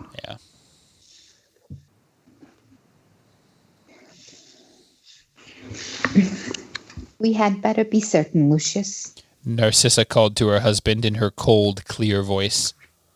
Completely sure that it is Potter, husband, before we summon the Dark Lord. They say this is his. She was looking closely at the Blackthorn wand. But it does not resemble Ollivander's description. If we are mistaken, if we call the Dark Lord here for nothing, remember what he did to Raoul and Dolohov? What about the mudblood then? Growled Greyback. Harry was nearly thrown off his feet as the Snatchers forced the prisoners to swivel around again, so that the light fell on Hermione instead. Wait, said Narcissa sharply. Yes, she was in Madame Malkin's with Potter. I saw her picture in the Prophet. Look, Draco, isn't it the Granger girl? Maybe. Yeah. But then, that's the Weasley boy, shouted Lucius, striding around the bound prisoners to face Ron. It's them, Potter's friends. Draco, look at him. Isn't it Arthur Weasley's son? What's his name? Yeah, said Draco again, his back to the prisoners. It could be. The drawing room door opened behind Harry. A woman spoke, and the sound of the voice wound Harry's fear to an even higher pitch. What is this? What's happened, sissy? I think for some of the scenes going forward, maybe I could do Bellatrix, because there's going to be some back and forth that I think could be good. Sure. Yeah. Sure. Bellatrix Lestrange walked slowly around the prisoners and stopped on Harry's right, staring at Hermione through her heavily lidded eyes. But surely, she said quietly, this is the Mudblood girl. This is Granger. Yes, it's Granger, cried Lucius. And beside her, we think Potter and his friends caught at last. Potter? Shrieked Bellatrix, and she backed away, the better to take in Harry. Are you sure? Well, then the Dark Lord must be informed at once. She dragged back her left sleeve. Harry saw the dark mark burned into the flesh of her arm, and knew that she was about to touch it to summon her beloved master. I was about to call him, said Lucius, and his hand actually closed upon Bellatrix's wrist, preventing her from touching the mark. I shall summon him, Bella. Potter has been brought to my house, and it is therefore upon my authority. Your authority, she sneered, attempting to wrench her hand from his grasp. You lost your authority when you lost your wand, Lucius. How dare you? Take your hands off me. This is nothing to do with you. You did not capture the boy. Begging your pardon, Mr. Malfoy, interjected Greyback. But it's us that caught Potter, and it's us that'll be claiming the gold. Gold! Laughed Bellatrix, still attempting to throw off her brother-in-law, her free hand groping in her pocket for her wand. Take your gold, filthy scavenger. What do I want with gold? I seek only the honor of. She stopped struggling, her dark eyes fixed upon something Harry could not see. Jubilant at her capitulation, Lucius threw her hand from him and ripped up his own sleeve. Stop! Shrieked Bellatrix. Do not touch it. We shall all perish if the Dark Lord comes now. Lucius froze, his index finger hovering over his own mark. Bellatrix strode out of Harry's limited line of vision. What is that? He heard her say. Sword. Grunted an out-of-sight snatcher. Give it to me. It's not yours, missus. It's mine. I reckon I found it. There was a bang and a flash of red light. Harry knew that the snatcher had been stunned. There was a roar of anger from his fellows. Scabier drew his wand. What do you think you're playing at, woman? Stupefy! She screamed. Stupefy! They were no match for her, even though there were 4 of them against 1 of her. She was a witch, as Harry knew, with prodigious skill and no conscience. They fell where they stood, all except Greyback, who had been forced into a kneeling position, his arms outstretched. Out of the corners of his eyes, Harry saw Bellatrix bearing down upon the werewolf, the sword of Gryffindor gripped tightly in her hand, her face waxen. Where did you get this sword? She whispered to Greyback, as she pulled his wand out of his unresisting grip. How dare you? He snarled, his mouth the only thing that could move as he was forced to gaze up at her. He bared his pointed teeth. Release me, woman. Why is she so upset about the sword, Braden? She's the one who hid it in the lake. Ooh. Bellatrix with the dough? Oh, she hid it for Voldemort, and then Hagrid brought them to the pod. That's entirely more likely. Okay. Where did you find this sword? She repeated, brandishing it in his face. Snape sent it to my vault in Gringotts. It was in their tent. Rasped Greyback. Release me, I say. She waved her wand, and the werewolf sprang to his feet, but appeared too wary to approach her. He prowled behind an armchair, his filthy curved nails clutching its back. Draco, move this scum outside, said Bellatrix, indicating the unconscious men. If you haven't got the guts to finish them, then leave them in the courtyard for me. Don't you dare speak to Draco like... said Narcissa furiously, but Bellatrix screamed, Be quiet! The situation is graver than you can possibly imagine, sissy. We have a very serious problem. She stood, panting slightly, looking down at the sword, examining its hilt. Then she turned to look at the silent prisoners. If it is indeed Potter, he must not be harmed, she muttered, more to herself than to the others. The Dark Lord wishes to dispose of Potter himself, but if he finds out, I must know. She turned back to her sister again. The prisoners must be placed in the cellar while I think what to do. This is my house, Bella. You don't give orders in my... Do it! You have no idea of the danger we are in, shrieked Bellatrix. She looked frighteningly mad. A thin stream of fire issued from her wand and burned a hole in the carpet. Narcissa hesitated for a moment, then addressed the werewolf. Take these prisoners down to the cellar, Greyback. Wait, said Bellatrix sharply. All except for the mudblood. Greyback gave a grunt of pleasure. Ugh.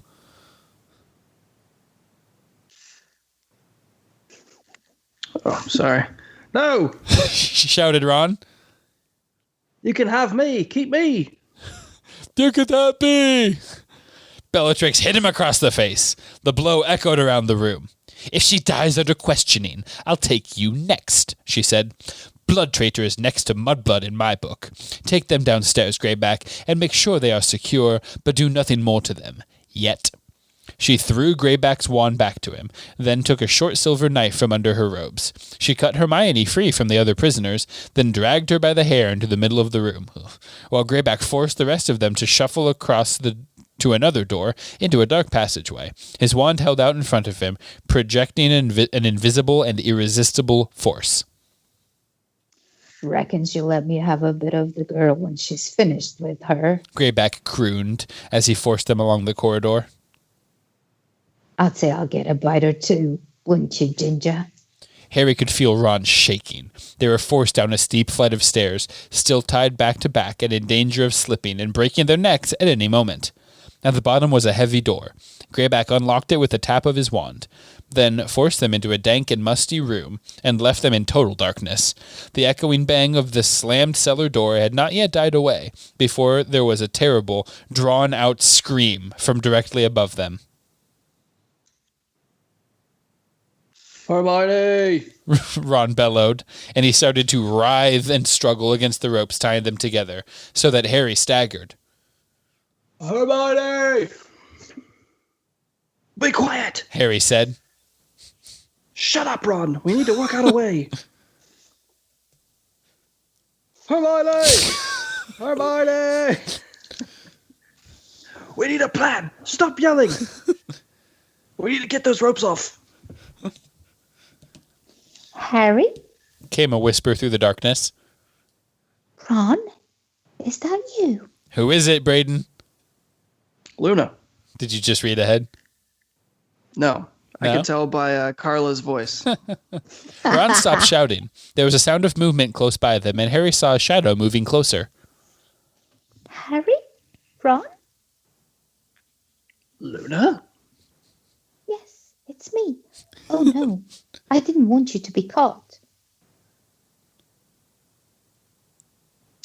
Luna, can you help us get these ropes off? Said Harry. Oh yes, I expect so. There's an old nail we use if we need to break anything. Just a moment. It's a normal thing. Hermione screamed again from overhead, and they could hear Bellatrix screaming too. But her words were inaudible, for Ron shouted again. Hermione! Hermione! Were you gosh dang-iting the fact that you were going to have to yell again? Yes. I thought you were gosh dang-iting Just about shut Hermione. up, Ron. Is Hermione going to die? What's going on here? I still don't think she's gonna die. Okay. She's going to Hermione her way out of this one. Yep. Mr. Ollivander. Harry could hear Luna saying. That was me. Oh, Would sorry. have been me. Mr. Ollivander? Harry could hear Luna saying. Mr. Ollivander, have you got the nail? If you just move over a little bit, I think it was beside the water jug. I usually try to keep our two possessions next to each other. She was back within seconds. You'll need to stay still. She said.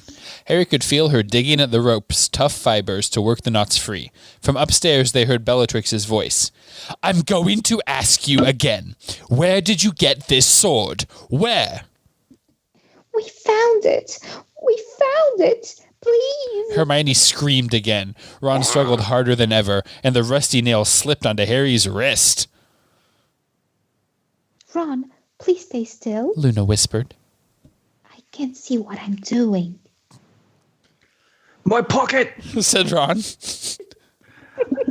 In my pocket, there's a deluminator, and it's full of light.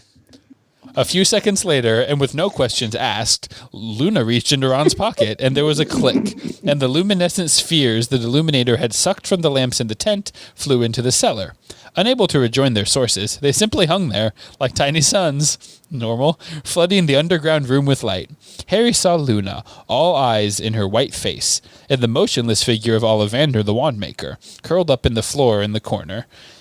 Craning around, he caught sight of their fellow prisoners. Dean and Griphook the Goblin, who seemed barely conscious, kept standing by the ropes that bound them to the humans. Oh, that's much easier. Thanks, Ron. Said Luna, and she began hacking at their bindings again. Hello, Dean.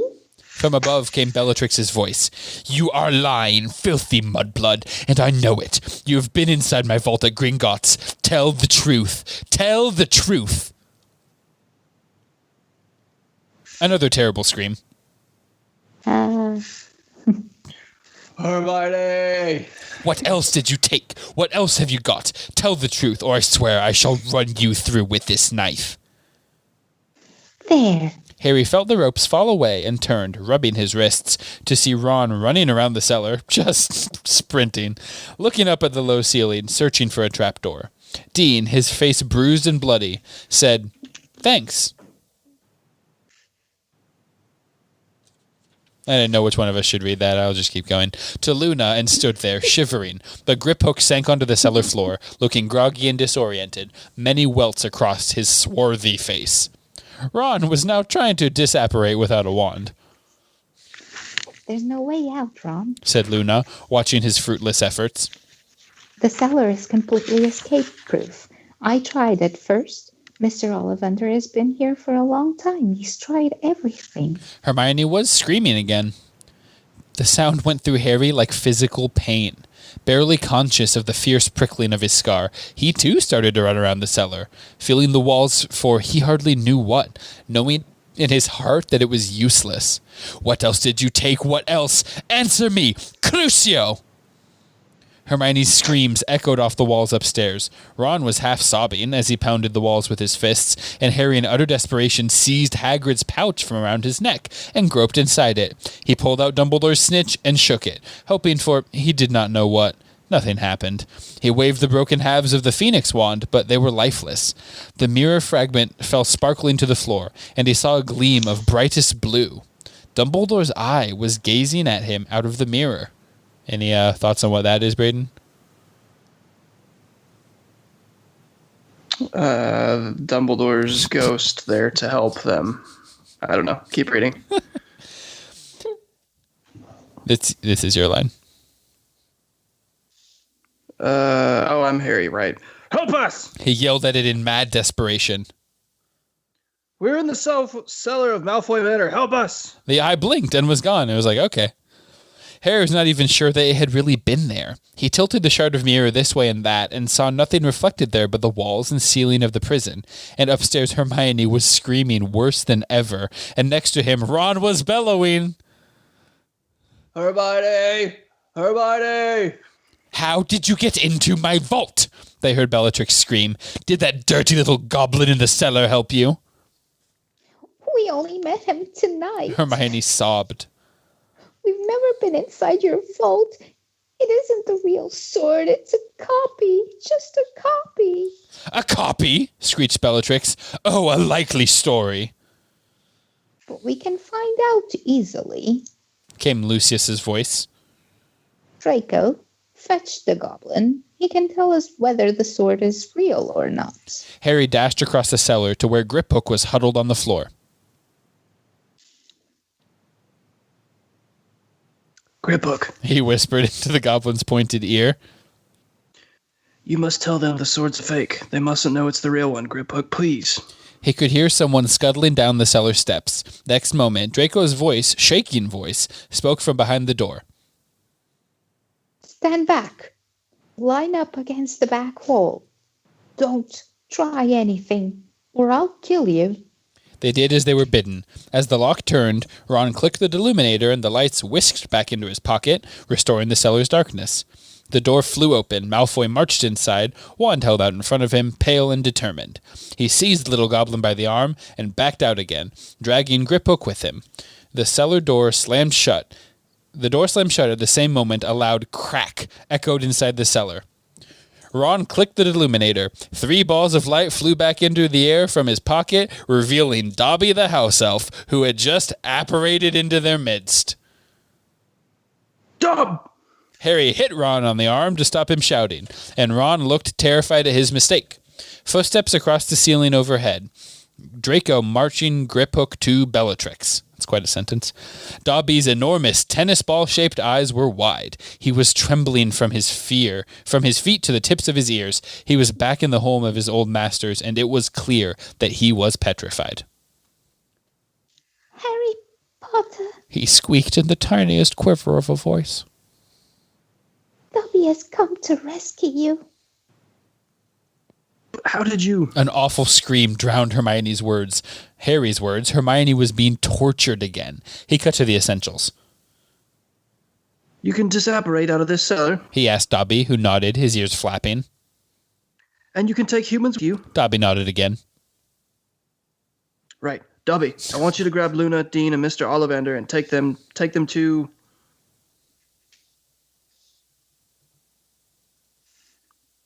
Bill and Fleur, said Ron. Said Ron. Shell Cottage on the outskirts of the Tinworth. The elf nodded for a third time. He's just nodding. And then come back, said Harry. Can you do that, Dobby? Of course, Harry Potter, whispered the tiny little elf. He hurried over to Mr. Ollivander, who appeared to be barely conscious. He took one of the wand-maker's hands in his own, then held out the other to Luna and Dean, neither of whom moved. Harry, we want to help you, Luna whispered. We can't leave you here, said Dean. Go, both of you. We'll see you at Bill and Fleur's. As Harry spoke, his scar burned worse than ever, and for a few seconds he looked down, not upon the wand-maker, but on another man who was just as old, just as thin, but laughing scornfully. Kill me then, Voldemort. I welcome death, but my death will not bring you what you seek. There is so much you do not understand. He felt Voldemort's fury, but as Hermione screamed again, he shut it out, returning to the cellar and the horror of his own present. Go. Harry beseeched Luna and Dean. Go, we'll follow, just go. They caught hold of the elf's outstretched fingers. There was another loud crack, and Dobby, Luna, Dean, and Ollivander vanished. What was that? Shouted Lucius Malfoy from over their heads. Did you hear that? What was the noise in the cellar? Harry and Ron stared at each other. Draco. No. Call Wormtail. Make him go and check. Footsteps crossed the room overhead. Then there was silence. Harry knew that the people in the drawing room were listening for more noises from the cellar.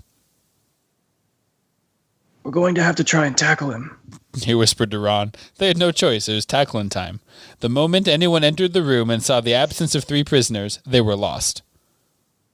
Leave the lights on, Harry added, and as they heard someone descending the steps outside the door, they backed against the wall on either side of it. Stand back. Came Wormtail's voice. Ugh.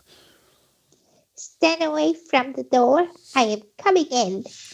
The door flew open. For a split second, Wormtail gazed into the apparently empty cellar, ablaze with light from the 3 miniature suns floating in midair. Then Harry and Ron launched themselves upon him. Ron seized Wormtail's wand arm and forced it upward. Harry slapped a hand to his mouth, muffling his voice. Silently they struggled. Wormtail's wand emitted sparks. His silver hand closed around Harry's throat. What is it, Wormtail? Called Lucius Malfoy from above. Nothing. Ron called back in a plausible imitation of Wormtail's wheezy voice. All fine. Harry could barely breathe. You're going to kill me? Harry choked, attempting to prise off the metal fingers. After I saved your life, you owe me, Wormtail. The silver fingers slackened. Harry had not expected it. He wrenched himself free, astonished, keeping his hand over Wormtail's mouth. He saw the rat-like man's small, watery eyes widen with fear and surprise. He seemed just as shocked as Harry at what his hand had done, at the tiny, merciful impulse it had betrayed, and he continued to struggle more powerfully, as though to undo that moment of weakness. And we'll have that, whispered Ron, tugging Wormtail's wand from his other hand. Wandless, helpless, Pettigrew's pupils dilated in terror. His eyes had slid from Harry's face to something else. His own silver fingers were moving inexorably toward his own throat. No. Without pausing to think, Harry tried to drag back the hand, but there was no stopping it. The silver tool that Voldemort had given his most cowardly servant had turned upon its disarmed and useless owner. Pettigrew was reaping his reward for his hesitation, his moment of pity. He was being strangled before their own eyes. No. Ron had released Wormtail too, and together he and Harry tried to pull the crushing metal fingers from around Wormtail's throat, but it was no use. Pettigrew was turning blue.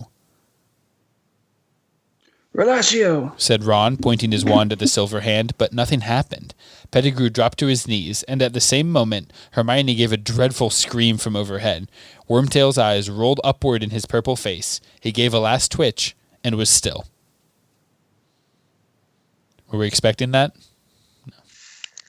We were not. Probably not.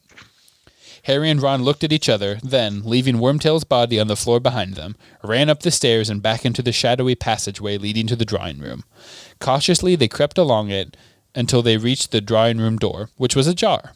Now they had a clear view of Bellatrix looking down at Griphook, who was holding Gryffindor's sword in his long-fingered hands.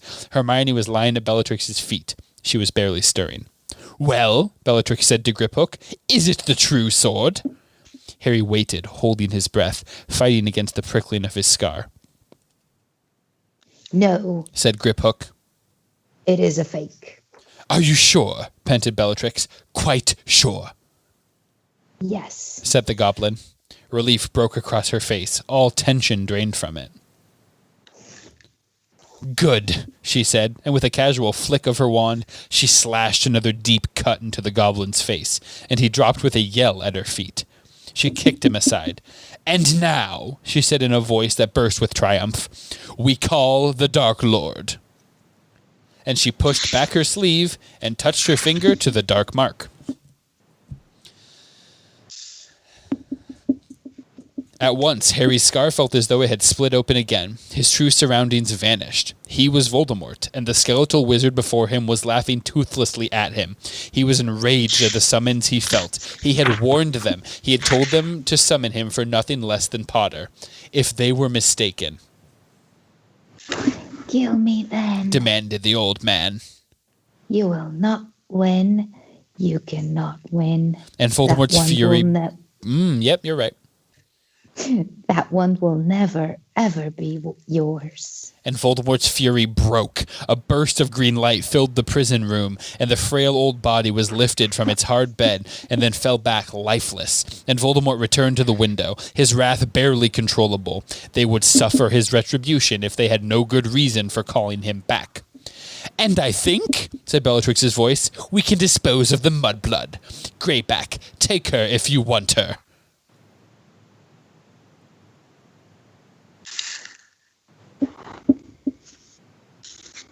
Take her if you want her. Sorry. It's okay. I'm catching up here. We're on 472. Right in the middle. Take her if you want her. It's a Ron line next. 472? Yeah. Oh, no. Ron had burst into the drawing room. Bellatrix looked around, shocked. She turned her wand to face Ron instead. Expelliarmus! He roared, pointing Wormtail's wand at Bellatrix, and hers flew into the air and was caught by Harry, who had sprinted after Ron. Lucius, Narcissa, Draco, and Greyback wheeled about. Harry yelled, "Stupefy!" and Lucius Malfoy collapsed onto the hearth. Jets of light flew from Draco's, Narcissa's, and Greyback's wands.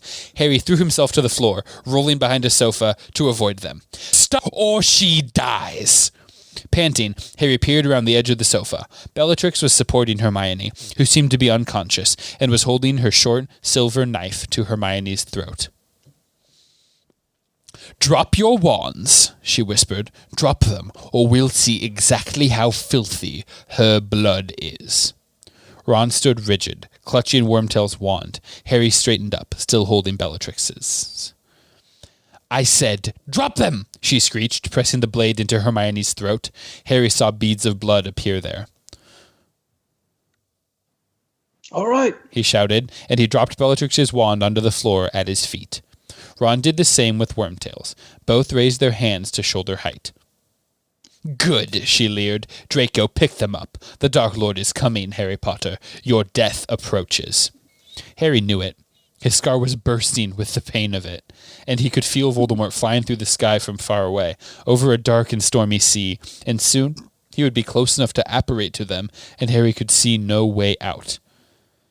"Now," said Bellatrix softly, as Draco hurried back to her with the wands. "Sissy, I think we ought to tie these little heroes up again, while Greyback takes care of Miss Mudblood. I am sure the Dark Lord will not begrudge you the girl, Greyback, after what you have done tonight." At the last word, there was a peculiar grinding noise from above. Any guesses, Braden? Peculiar grinding noise? No? No. No, that's fair.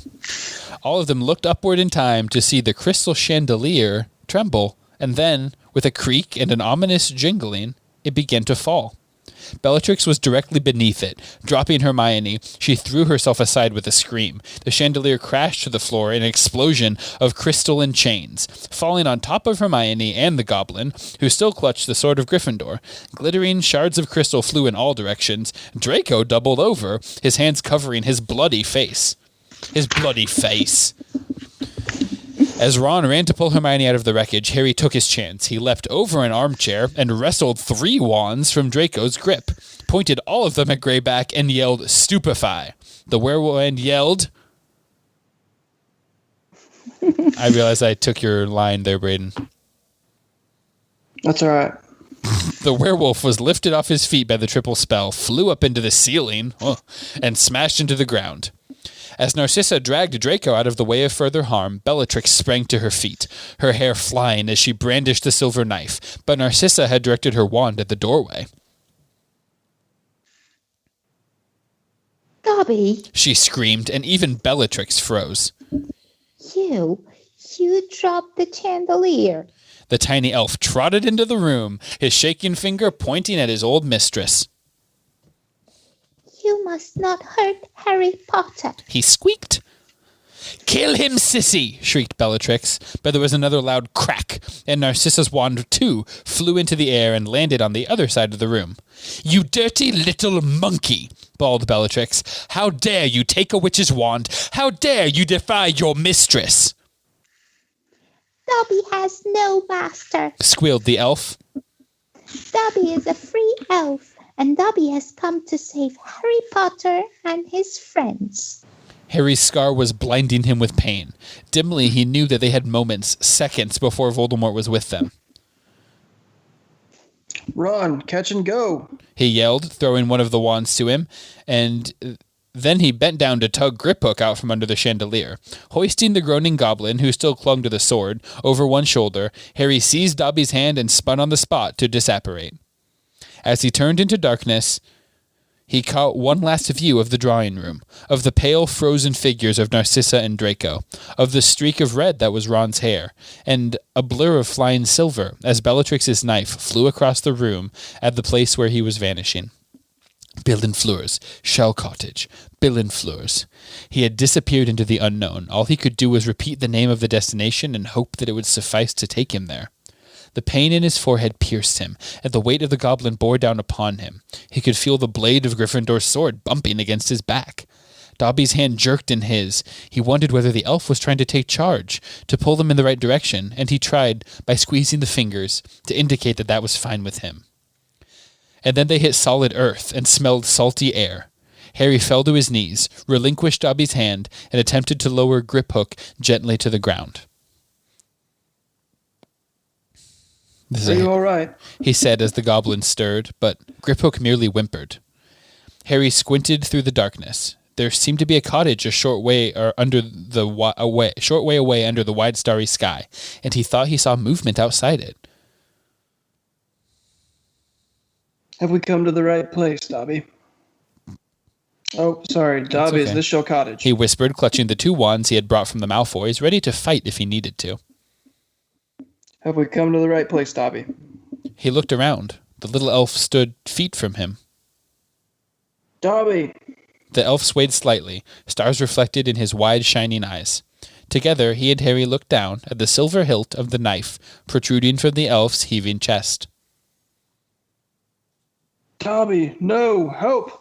Harry bellowed toward the cottage, toward the people moving there. Help! He did not know or care whether they were wizards or muggles, friends or foes. All he cared about was that a dark stain was spreading across Dobby's front, and that he had stretched out his thin arms to Harry with a look of supplication. Harry caught him and lay him sideways on the cool grass. Dobby, no, don't die, don't die. The elf's eyes found him, and his lips trembled with the effort to form words. Harry Potter. And then, with a little shudder, the elf became quite still, and his eyes were nothing more than great glassy orbs, sprinkled with light from the stars they could not see.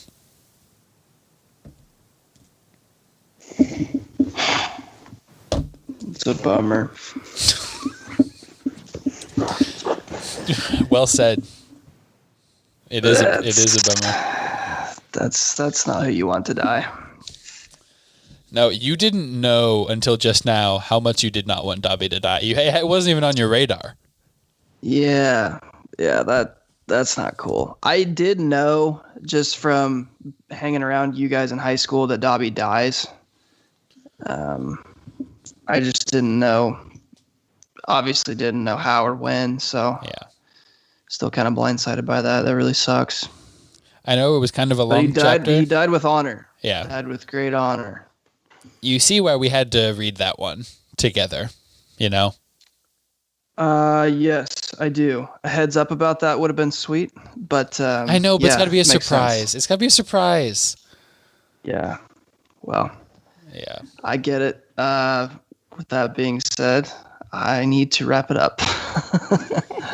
All right. Well, I'm sure we will talk more about the events at the end of Malfoy Manor on the next coming episode. So we want to start winding things down here first and foremost. Well, we want to thank Carla for coming on, being a good sport about the rasping of Drayback and the drawl of Scabior and the squeaking of Dobby and Wormtail and Luna.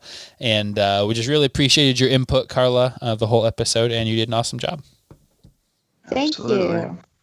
I promised you the voices wouldn't be consistent, and I delivered. I thought they were pretty good, honestly. Yeah. I was impressed. I thought it was great. Oh, thanks.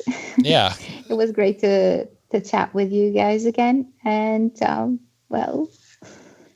I'm looking forward for the next few episodes. We're almost done, and it's really going to get even more fun from now on, I guess. Yep.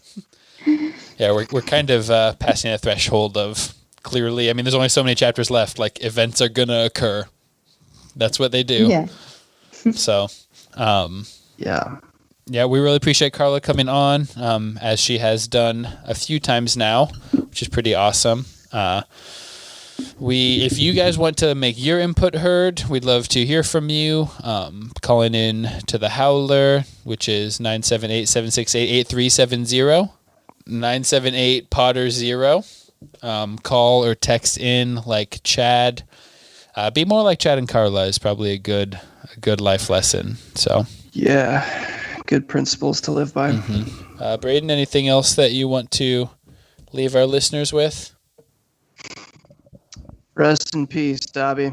Yeah, R.I.P. to an you. absolute real one. Shows up unexpectedly. Dobby ex machina just like saves our butts and then dies.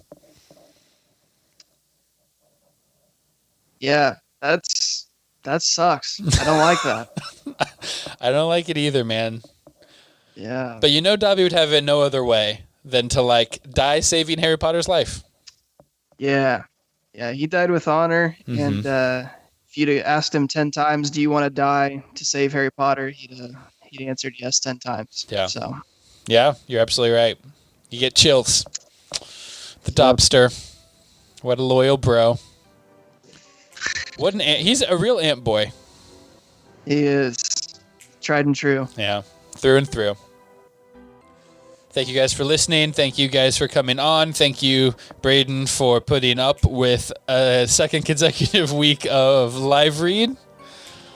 Thank you, Hannah. Shout out Hannah, testing the limits of your long-famed kindness and patience. So, thank you, Carla. Thank you, Carla. As always. Thanks, bye. Bye, guys. See ya.